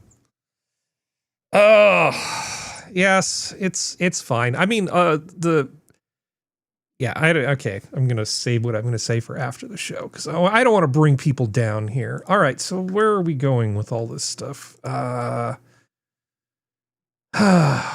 Okay, so this one's a little spicy. Just a little spicy, and I almost feel like I should present this without saying too much. Okay. All right. Okay. I was laid off by Meta as a low performer. I feel it's because of the reason. I feel it's part of the reason I still can't find a job 9 months later. Now, we may have made some predictions about what's going to happen, and unfortunately, I'm just looking at this picture. And I'm thinking, I don't know if she was a diversity hire or if she was one of the best employees there and she just got swept up in some layoffs because the thing she was working on went away. But we all predicted that this sort of thing was going to happen. Times were going to get tough and you couldn't just keep people on payroll for reasons other than them getting their job done. And it's wrong that I should the first thing that jumps into my head is that she was maybe not doing her job very well because she was hired for reasons other than skill. Maybe she's great. I don't know. But I feel bad for thinking this. It says she was, but what does low performer mean if she was laid off? It means she got pipped, probably. Is that not an indication of... Well, it could be. It's an excuse you can use to get rid of somebody, right? You know, whether they're actually a low performer or not is really subjective. In many cases, how do you know if somebody's a low performer when they're working as an engineer? So going into this thing, it says she was struggling to find work after getting laid off. Yeah, a lot of people got laid off. A lot of people are struggling to find work. Says she's been leaning on her parents' partner and LinkedIn network for support. She recently launched her tech startup, Technodocs, and enrolled in college at Trinity University. I feel like... going back, you know, moving in with your parents and going back to school and then starting a startup. I don't know. I don't know how I feel about this, but this definitely is the picture of somebody. She's looking very proud there in that picture. I don't want to be suspicious that, Yeah. What is it that Harry's trying to say without getting into too much trouble? Well, we warned about this as well to say that even don't know this person, don't care, not referring to this person. It's not fair to her that we have to ask the question, right? There are going to be people who weren't DEI hires, who were competent at their job, that were going to get swept up in the anti-DEI backlash. And we warned about that for years. Anybody who was anti-DEI was saying the same thing. Wait for the backlash, because it's going to suck for the people that aren't DEI hires. And again, not speaking specifically to her case. We don't know. Yeah. Don't know. It's going to suck for them. But like, welcome to being white in the year of our Lord 2020, you know, like getting passed over by people who were DEI hires sucked, or getting passed over in employment for low wage imports sucked. Welcome to the club. I feel like the diverse thing to do, the PC thing to do, the best we can do, honestly, is just when we see somebody, like if she came to me and she handed me her resume, sat down at the table across from me, and it's my decision to decide whether, you know, we're going to hire her or not, would be just to completely disregard her experience at Meta, because I don't know what it means. Yeah. I almost have to just go, well, this evidence is tainted. I don't know what really happened here. It shouldn't be viewed as positive or negative. I mean, objectively speaking, I just don't know what it means. So it's almost as if she never had that job when you're going to hire her again. You have to go back and say, okay, well, what did you do in school? What kind of projects you got? You know, talk to her and all this sort of stuff, just like you would anybody else. Go ahead, Sora. Or consider it an unpaid internship that she's or consider it like an unpaid internship almost. Like you gained possibly some skills from that, but it's not a job. Yeah. So, you know, don't discount it completely, but don't think of it, as you mentioned, as she was necessarily contributing or something. I don't know. It sucks. It's sad, actually.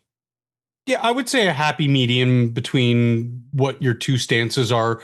And like again, just to detach from this specific case, just let's move forward and you know, base hires on their actual interviews and their actual history. And if you are hiring someone, Harry, you're going to ask them a whole bunch of, or a few tech questions to sort of suss out if they know their shit. I would ask somebody, how many, like, do you wear a hairnet? You know, like, you fucking call back, but you know, I'll ask them some simple, but maybe not commonly known culinary things. Why would you rinse pasta after cooking it? My old sous chef didn't know that. I knew that. Head chef knew that.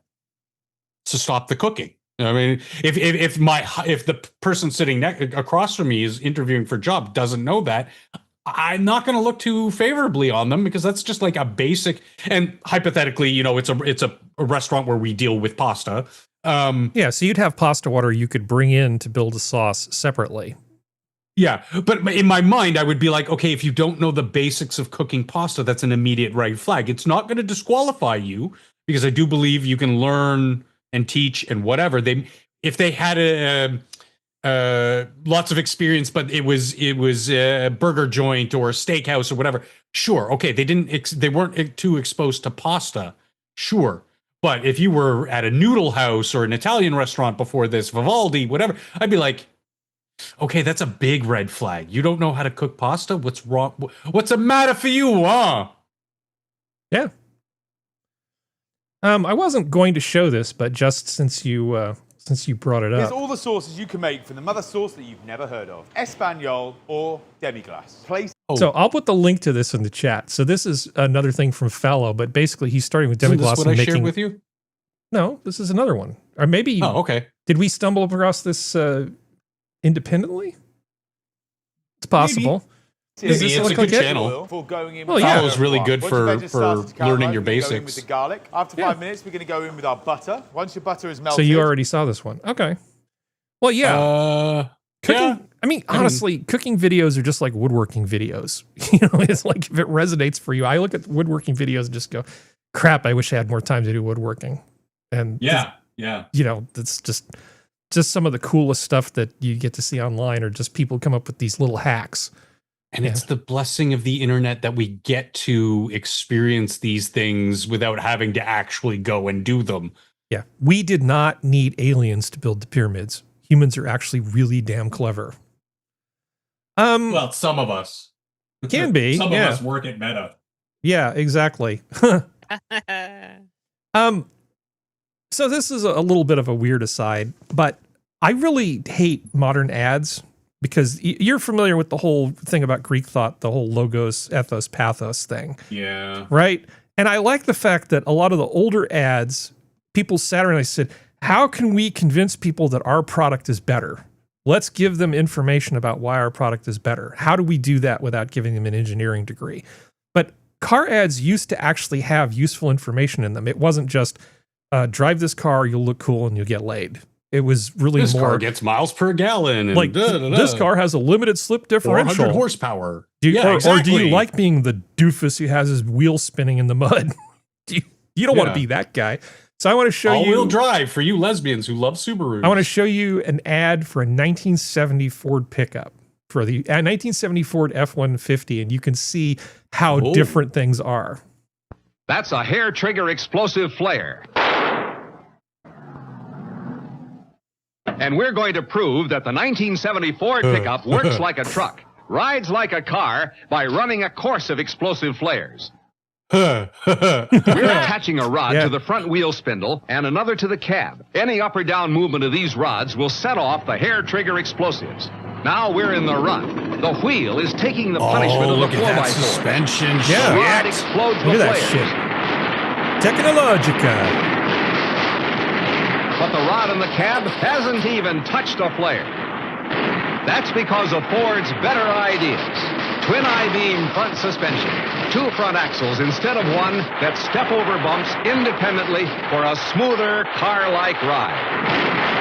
Back when cars were real fucking cars. Test ride a 1970 Ford pickup at your Ford dealers. I mean, So pretty. Look at that red. that is a really nice truck. I wouldn't mind one of those. Yeah. That was a good year for Ford. Not so good a year for GM. That's when a lot of GM stuff started to just get really. But as somebody who used to own a 1970 Pontiac, yeah, the General had some problems after that. But what I love about this is this ad. It appeals to you mostly on like a mental thing, like buy our product. It's better than the other product, as opposed to all the other just buy our product or else 7 puppies are going to die and emotionally manipulate you into thinking you need our product. It's exactly why I left the advertising game. I could not deal with the constant emotional manipulation and downright just unethical tactics that modern advertising is entirely based on. And I've been, in the gym, for those of you who don't know, you do a set and you have a rest period, which is usually depending on how hard you're going. And I'm doing weight training, so it's heavy weights for as many reps to failure as I can. So there's about 2-3 minutes in between each set. So I've been playing a lot of mobile games, and the amount of just sheer lies and emotional manipulation and bullshit that they present to you is uncanny. Like the type of stuff that you see in these mobile game ads would not be allowed on television or radio waves or on billboards or whatever, because they run afoul of the Consumer Protection Act. And yet they're allowed to do these on mobile because, obviously the government's 10 years, 1,000 years behind everything. But it's so egregious, and coupled now with the big AI boom, it's even getting worse. And it's just remembering some of these ads just makes me feel slimy because they're really bad. I've got one more car commercial for you. Cool. The 1966 Ford Galaxie Fairlane and Mustang. Excitement at a gymkhana begins with the Mustang GT, the Fairlane GTA, the Ford 7-liter, 3 powered by Ford, like the Mustang GT. Look at GT it. Stripe, Going special steering wheel, dual exhaust trumpets, and a 289 cubic inch Cobra V8 for bite. Bite. Like the new Fairlane GTA convertible. Oh, so there's a little bit of pathos here. There's a little bit of appealing to your emotions, but it's still mostly like, look, it's a sporty car. It can actually turn, because making a car that goes fast is not hard. Making a car that goes fast and can actually turn, that's actually a little bit harder.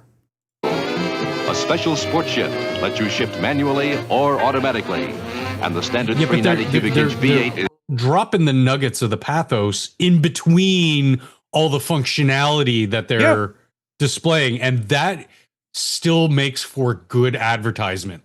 Yeah, this kind of advertisement just really appeals to me. And maybe it's just because I'm old and outdated and obsolete, but I like the ads, because in a lot of ways these ads feel so much more honest. Yeah, and I wouldn't be surprised if we saw them make a return soon. So, but I mean, to play devil's advocate for just a moment, modern technology is complicated and it's hard to explain. So I would totally forgive you if you didn't know why 4 valves per cylinder was better than 2, because it's not entirely obvious why that's true. Do you even know what I'm talking about? Just kind of testing, just litmus testing here. No, sir. Yes. Basically, you have valves in the brings air and fuel into the cylinder chamber, right? And then there's 2 valves that take the exhaust gases out after it's exploded. If you have a circular cylinder and you have 2 valves, you draw those, imagine drawing those on a piece of paper, you can actually have a higher amount of air coming in with 4 valves, because 4 little circles can fit themselves into the cylinder head more easily than 2. It's just that simple. And then you throw in extra camshafts and all this stuff. That's actually a relatively easy thing to explain, but you can't explain it in the course of a commercial, nor can you explain what variable valve timing does and all the other really cool things that go into engines. Engines are endlessly fascinating for somebody who likes technology. And so it may be that we've just passed the point where the demonstration with the road flares is relevant, because the technology is just so weird now that they go, just tell them they're going to get laid. You just show them a pretty car and tell them they're going to get laid.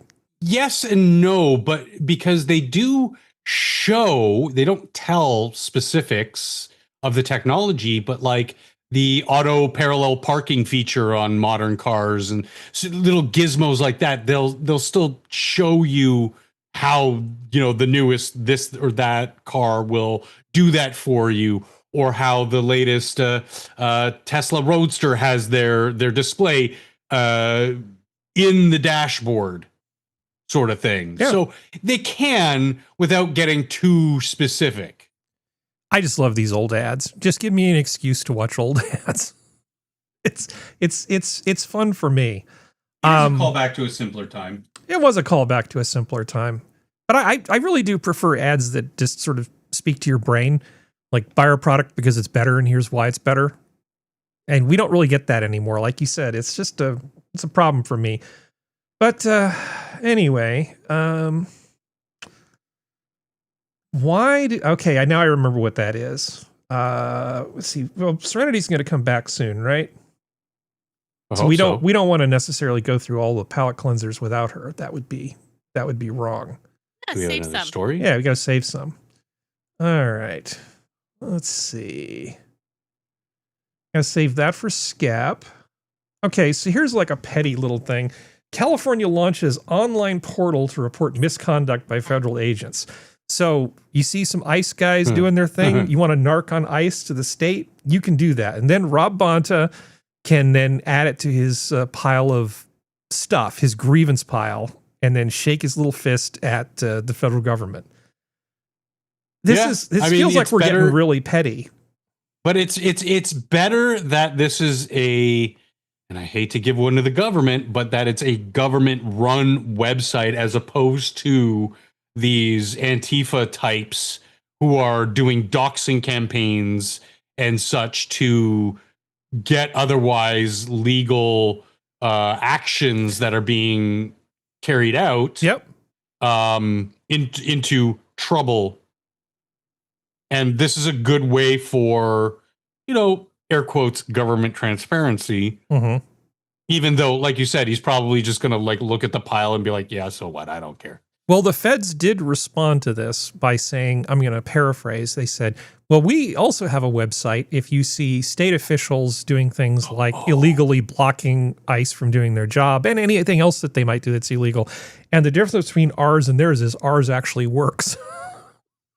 I didn't notice that this was the California government, not federal. Yeah, this is the California government. That's different. Yeah. It is a little bit different. And if people were honest actors, I wouldn't care so much, right? Honestly, if you see somebody and they're not following the rules, they're basically arresting people without warrants or without probable cause, they're not, observing their Fourth Amendment rights, which you get even, absolutely. We don't want these people just having carte blanche to go and just take a crap all over the Constitution. Agreed, right? But most of these people aren't doing that. They're showing up because in some cases, it's been 10 years that there's been a deportation order for somebody. And they have a warrant and they show up and they grab somebody. And then the people on the other side just wail and moan about how it's not fair and blah, blah, blah, blah, blah. And they're just going to flood. Child labor. They're just going to flood this portal full of stuff that isn't really legitimate. Yeah. I wouldn't really mind if it was only, if there was just a button that said, is this legitimate or are you just acting out because you're a small child? Oh, I guess I'm just acting out. I guess I won't do it. If only the world worked that way. Kind of like those gun-free zone signs that they put up places. Yeah. Oh gosh, better go home, drop this off and then come back. Yeah, right. So, yeah, California launches online portal to report misconduct by federal agents. Well, good luck with that, California. Let me know how that works out for you, because it just makes me ashamed to live here sometimes. We talk about architecture a lot, and usually I talk about architects that I actually like. I'm not a big fan of Frank Gehry, but he did actually pass away. He did pass away. Oh. And at the age of 96, good run, dude. Hell of a run. That's fantastic. Yeah. Here's the... let's see, it's in Bilbao. I guess this is Australia, the Guggenheim Museum in Bilbao. That's one of his more famous works. It's all sort of swoopy and organic and really not to my taste. But, I don't have to like everything. He's a famous architect, and people who are interested in this stuff ought to know that he passed away. So I'm just bringing it up.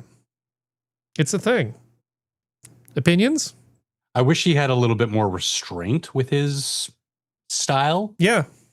I don't mind the oddly shaped stuff, but when you make it the entire structure of the building, no, not my thing. Well, where's the big Gaudi cathedral? Is it Barcelona? Barcelona?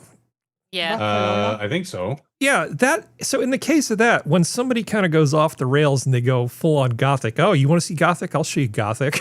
And they built this huge Gothic monstrosity. That's one thing. In a way, this is sort of like the same lack of restraint, just in a different century.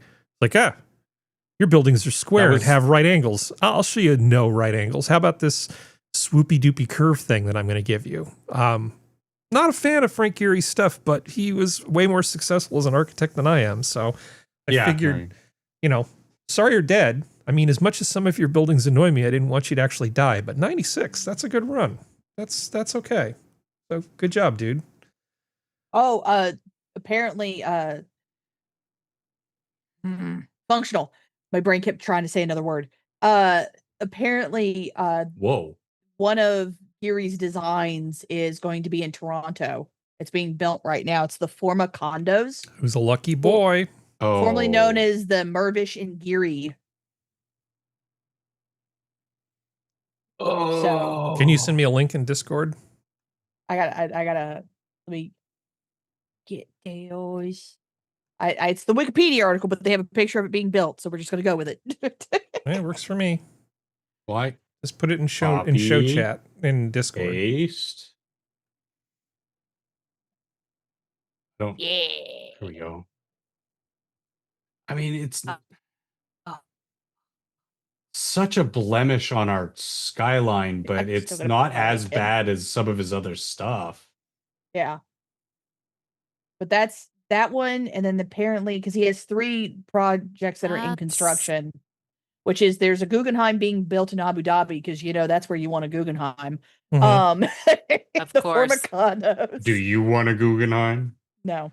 And the Colburn School Campus Extension and Concert Hall in Los Angeles. So this is probably the building before they put the weird skin on it, right? Yes. Yeah. I put because it's not going to look like that when it's done. I still put my link into Functional. I think that's what he's looking at. Yeah. I'm looking at their website. You go to format.com. You can see it. All one word. It's the it's Zoom is zooming you, Sora. You're doing the it's something. The third dot. Hit the third dot on the left. Or go down one more. One more. There you go. It's not. I've seen worse. It could be worse. Yeah, it could be worse. Yeah, that's what I'm saying. Like I've seen a lot worse, especially from Frank Gehry. But I mean, it still looks. Frank Gehry. It still looks like his style. If Skep was here, I could say, hey, remember that time when you polished a bunch of shields and then concentrated the light on a boat and lit it on fire? There you go. It's he very also much like that. Designed the Eisenhower Memorial. Yeah. Which that looks very staid and like reserved. So I'm glad he could be stayed in reserve when he needed to be. And this, honestly, this rendering makes it look like city skylines too. Yeah, who needs? Yeah, it really does. Yeah. Yeah, it's very city skylines. I wonder if there's a Frank Gehry expansion pack for city skylines too. Oh well. I would be amazed if someone hasn't made a mod. I really would. I mean, there's some interesting stuff. If I can find an image. Well, it's like he also did a museum down in Biloxi, Mississippi. He's done a bunch of stuff for France and England. I'm literally just going down his list. Oh, that's right. The thing that everybody knows him for, whether you know it or not, is he did the Walt Disney Concert Hall in Los Angeles. That's the thing he's here in the States. He's very much known for.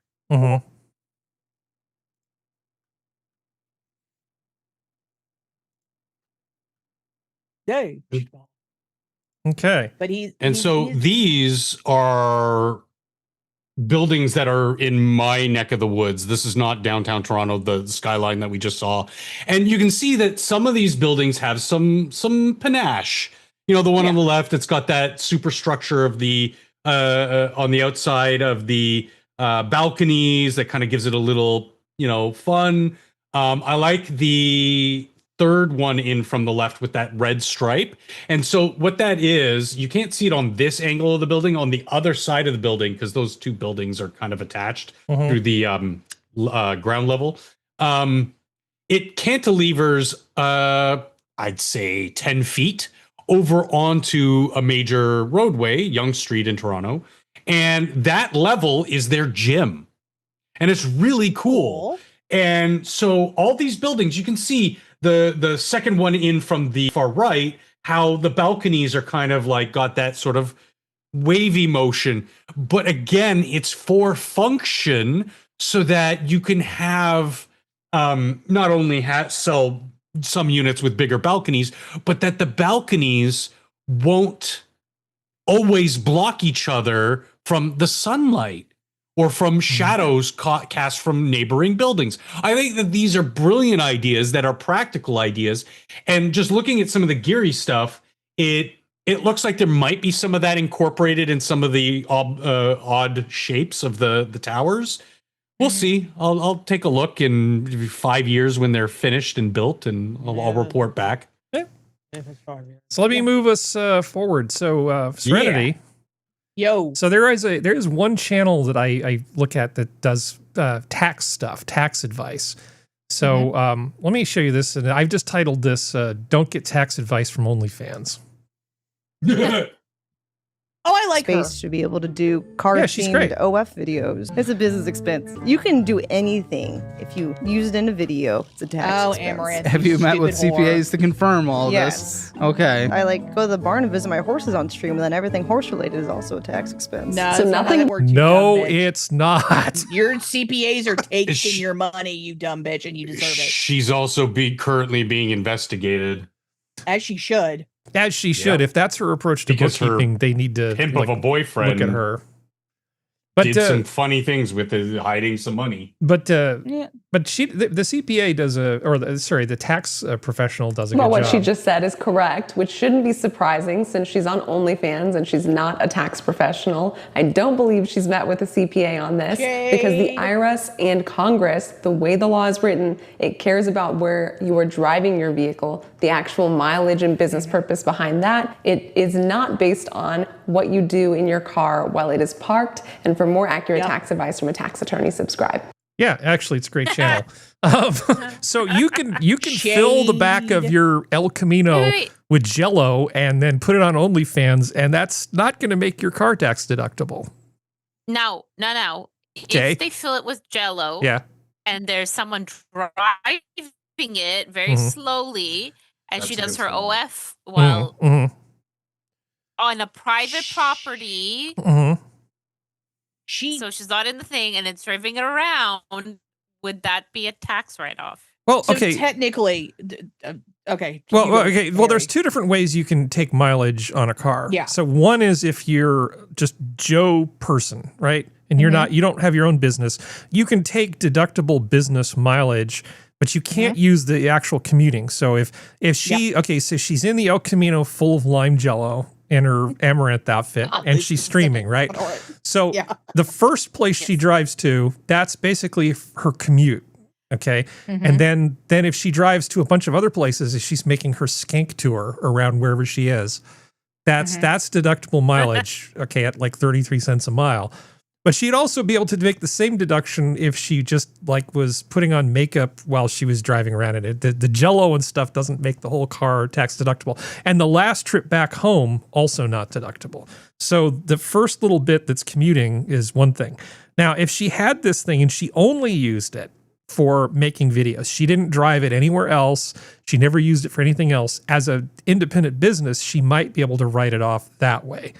It's the personal use that dilutes the expense. Yeah. Well, the government will usually only let you get away with like half with vehicles, like writing off like half of it, if you're lucky, because they will audit your ass real fucking fast. Yeah, it would need to be completely dedicated to just. Oh yeah, you'd have to like. Yeah. You'd have to like have. Yeah, and that was Belle Delphine, Silver Ravenwing. That's not Amaranth. Amaranth's a different bitch. Yeah. But yeah, like my friend has a business that he runs out of his house. It's an IT thing. Harry will know what I'm getting at. He cannot write off the entire house. He can only write off the office like portion, if he even has the ability to write it off, depending on how much work he does, how much business he does, so on and so forth. If she does have a CPA, they're pulling a Steve Harvey thing where they're just telling her some number, having her write a check, and then probably cashing it and or running away on her. Because, Allegedly. Because no CPA worth a god diddly dang would go, yeah, you could write that off. None of them. Not unless she's doing things to the CPA under the table or the IRS auditor. And the IRS is petty enough. They would send either the gayest male auditor or the straightest female auditor to talk to her. Yeah, so No doubt in my mind. the home office, the deductibility of a home office expense is relatively easy to learn about. There's resources out there. If you have a home office, go look at it. It just needs to be dedicated to that, and it's based off a percentage of the square foot of the house relative to everything else. And of course, you can deduct reasonable business expenses. So in Amaranth's case, what would that be? What would her reasonable expenses be? Well, she's a streamer, so she could possibly get a little bit of a deductible based on internet since she's OnlyFans and she does Twitch. But can she deduct the medication for the yeast infection she's going to get from being in the pool of Jello while she rides around in the back of the car? She'd have to prove it beyond reason. Like, as much as I hate to use law terms, she'd have to prove it beyond a reasonable doubt. That's where she got it from. Yeah, which means true. like a signed doctor's note and everything like that. And she'd have to put it in the tax documentation. Well, she would have to figure out what percentage of her time her lady parts were being used for OnlyFans, and then deduct a percentage of it. Yeah. Now there is a way around that, which if she was putting part of her money in an HSA account, which you can have independently. I know, I have one. I know, same do, so do I. Canadians are gonna have no idea what the fuck we're talking about. But if she puts it in a health savings account and then bought it and paid for the doctor with the HSA, she could get around it a little bit because that's not taxable. As long as she only proves that it's for medical purposes. See, but chat. Yeah. I mean, see, audience. This is great. This is great content you're getting here.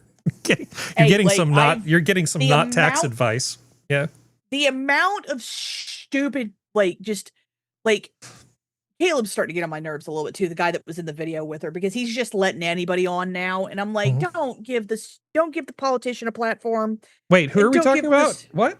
Caleb, the guy who was talking to Amaranth in the sub video. Oh, okay. Yeah. Oh, that guy. Yeah, okay. Yeah, and like my issue is he's giving too many platforms. Like Amaranth doesn't need a damn platform. Just to brag how much money she has. I own gas stations. You have a CPA who's taking you for everything you're worth, darling. But it's just there. You can get away with it, as proven by everybody who's tried to like defy the IRS down here in the States. You can get away with it for a little while, but they'll come for your ass eventually. And depending on how big your business is and how much money you have moving in other places, they'll audit you all. Like, it's what Trump has talked about more than once. Like he's like, I'm never out of an audit, because they're always auditing him even before he was going for president stuff. Yeah. It's just like, she will get audited, and she will most likely, what will happen to probably either Wesley Snipes or something like that will happen to her, where it's going to get found out she owes like $20 million. Oh, and you're gonna make me bring this up. I didn't put it in the show on purpose, but there's an article that didn't make the cut about the IRS is actually in court right now in a case where they're looking at the deductibility of tips, in air quotes, for OnlyFans models. Because there was this idea of no tax on tips. So there currently is an active case where they're trying to decide once and for all, does that apply to OnlyFans, or is it just, it's all streamers, but yeah, the whether OnlyFans it's just thing was tips a big for thing. like, working in a cafe. Yes, but I think this is why streamers are going to lose, is because that's the entire business model. It's not a gratuity, which is in addition to services or products rendered. So like when you go to a restaurant, yes, I'm paying for this burger, fries, and a Coke, but anything extra I leave is the gratuity, the tip. And when you don't ask me how I know, when you patron these shows, these cam shows, or these services like OnlyFans, those aren't tips. That's the business model. They're colloquially called tips, but they are not a gratuity. Yep. Well, sometimes they're gratuity. You know what I'm saying? I know what you're saying. I want to take this to a much more wholesome place as soon as possible. So that's fake love. I'm going to show you what real love looks like. Real love. Please real don't. honest My heart can't take it. Okay. I think there was somebody sneaking up on my potatoes. That is love. When you will let somebody steal mashed potatoes off your plate and you love them so much that it's okay. That's love. Let her steal my mashed potatoes. I'll bite your hand. What a good man he is. I think somebody's stealing my mashed potatoes. That's so cute. That's so wholesome. I mean, that's like, it's just this guy and his granddaughter, and everybody loves each other, and it's giving me the diabetes just watching it. Oh, the diabetes. It's giving me the diabetes. Okay, so I'm gonna have to cure the diabetes with this.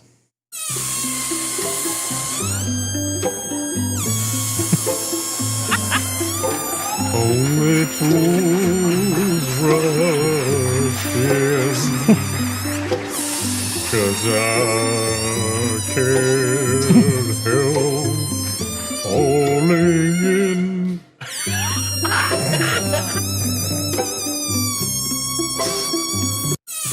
Probably should have had a headphone warning because I just sit here listening going, that's a little rough. Sorry, everybody. That's great. That's great. But here is my favorite thing of the week. Okay. True art. This is far and away my favorite thing of the week. And I have laughed I've played this so many times and laughed so many times. I hope you guys like it.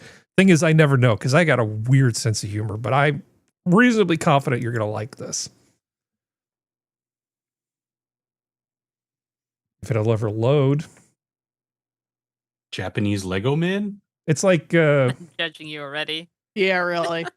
Come on. Roblox. It's not gonna. It's not. Here, I'll gonna reload load it. here. It's probably gone.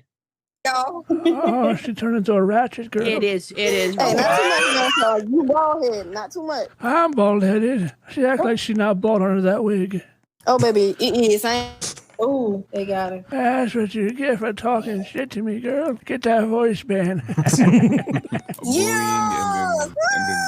Oh my gosh, she's back Let me again. push your ass down. I got plenty lives to live now. Oh my God, how many accounts does this girl have? Don't worry about all this, Grandpa. Ah, damn. You know, I had to come back for you. She got a wig on both accounts. I sure do.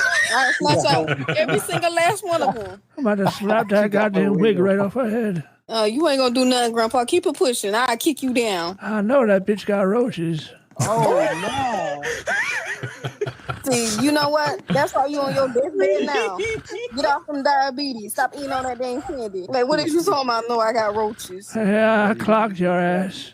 You ain't clocked nothing. They're scattering all over the walls at 2 a.m. You turn the light on. You open the microwave, they're falling out. Sure do. I'm gonna pick one up and throw it at you. She just admitted she got roaches. I got nothing else to say. Yeah. I got roaches. I know, damn. Yep. Hey, what can I say? She got no shame. I can't say nothing. Mm-hmm. That hoe is dirty. God damn. Little stank self. Yeah, keep it pushing. I still hear you. You better stop talking before you get banned again. Yeah, you heard what I said. I said what I said. Keep it pushing. I think you're just racist. She got banned She again. got banned again. Wait for it. I got her again. I got her again. She's banned again. That's right, Grandpa. That's right, Grandpa. You did that, Grandpa.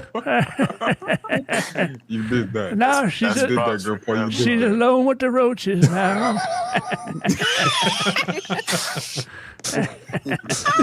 She's alone with the roaches now. I've played that so many times. Oh. This looks like a fun game. Yeah. Yeah. Yeah. What is She's that? alone with the roaches. Is that Roblox? Or? I think it's Yeah, Roblox. That's Roblox. Oh, okay. Didn't know you could be like an old, overweight, bald guy with no shirt and a walker, but I guess it's a there's very so many A flexible walker platform. with tennis balls on it. Yeah. There's so many skins in Roblox. Yeah. I don't have diabetes from that mashed potato thing anymore now. So that's good. We good? Yep. Anybody have anything else they want to say before we leave? You have something to say now that you've appeared from your cave?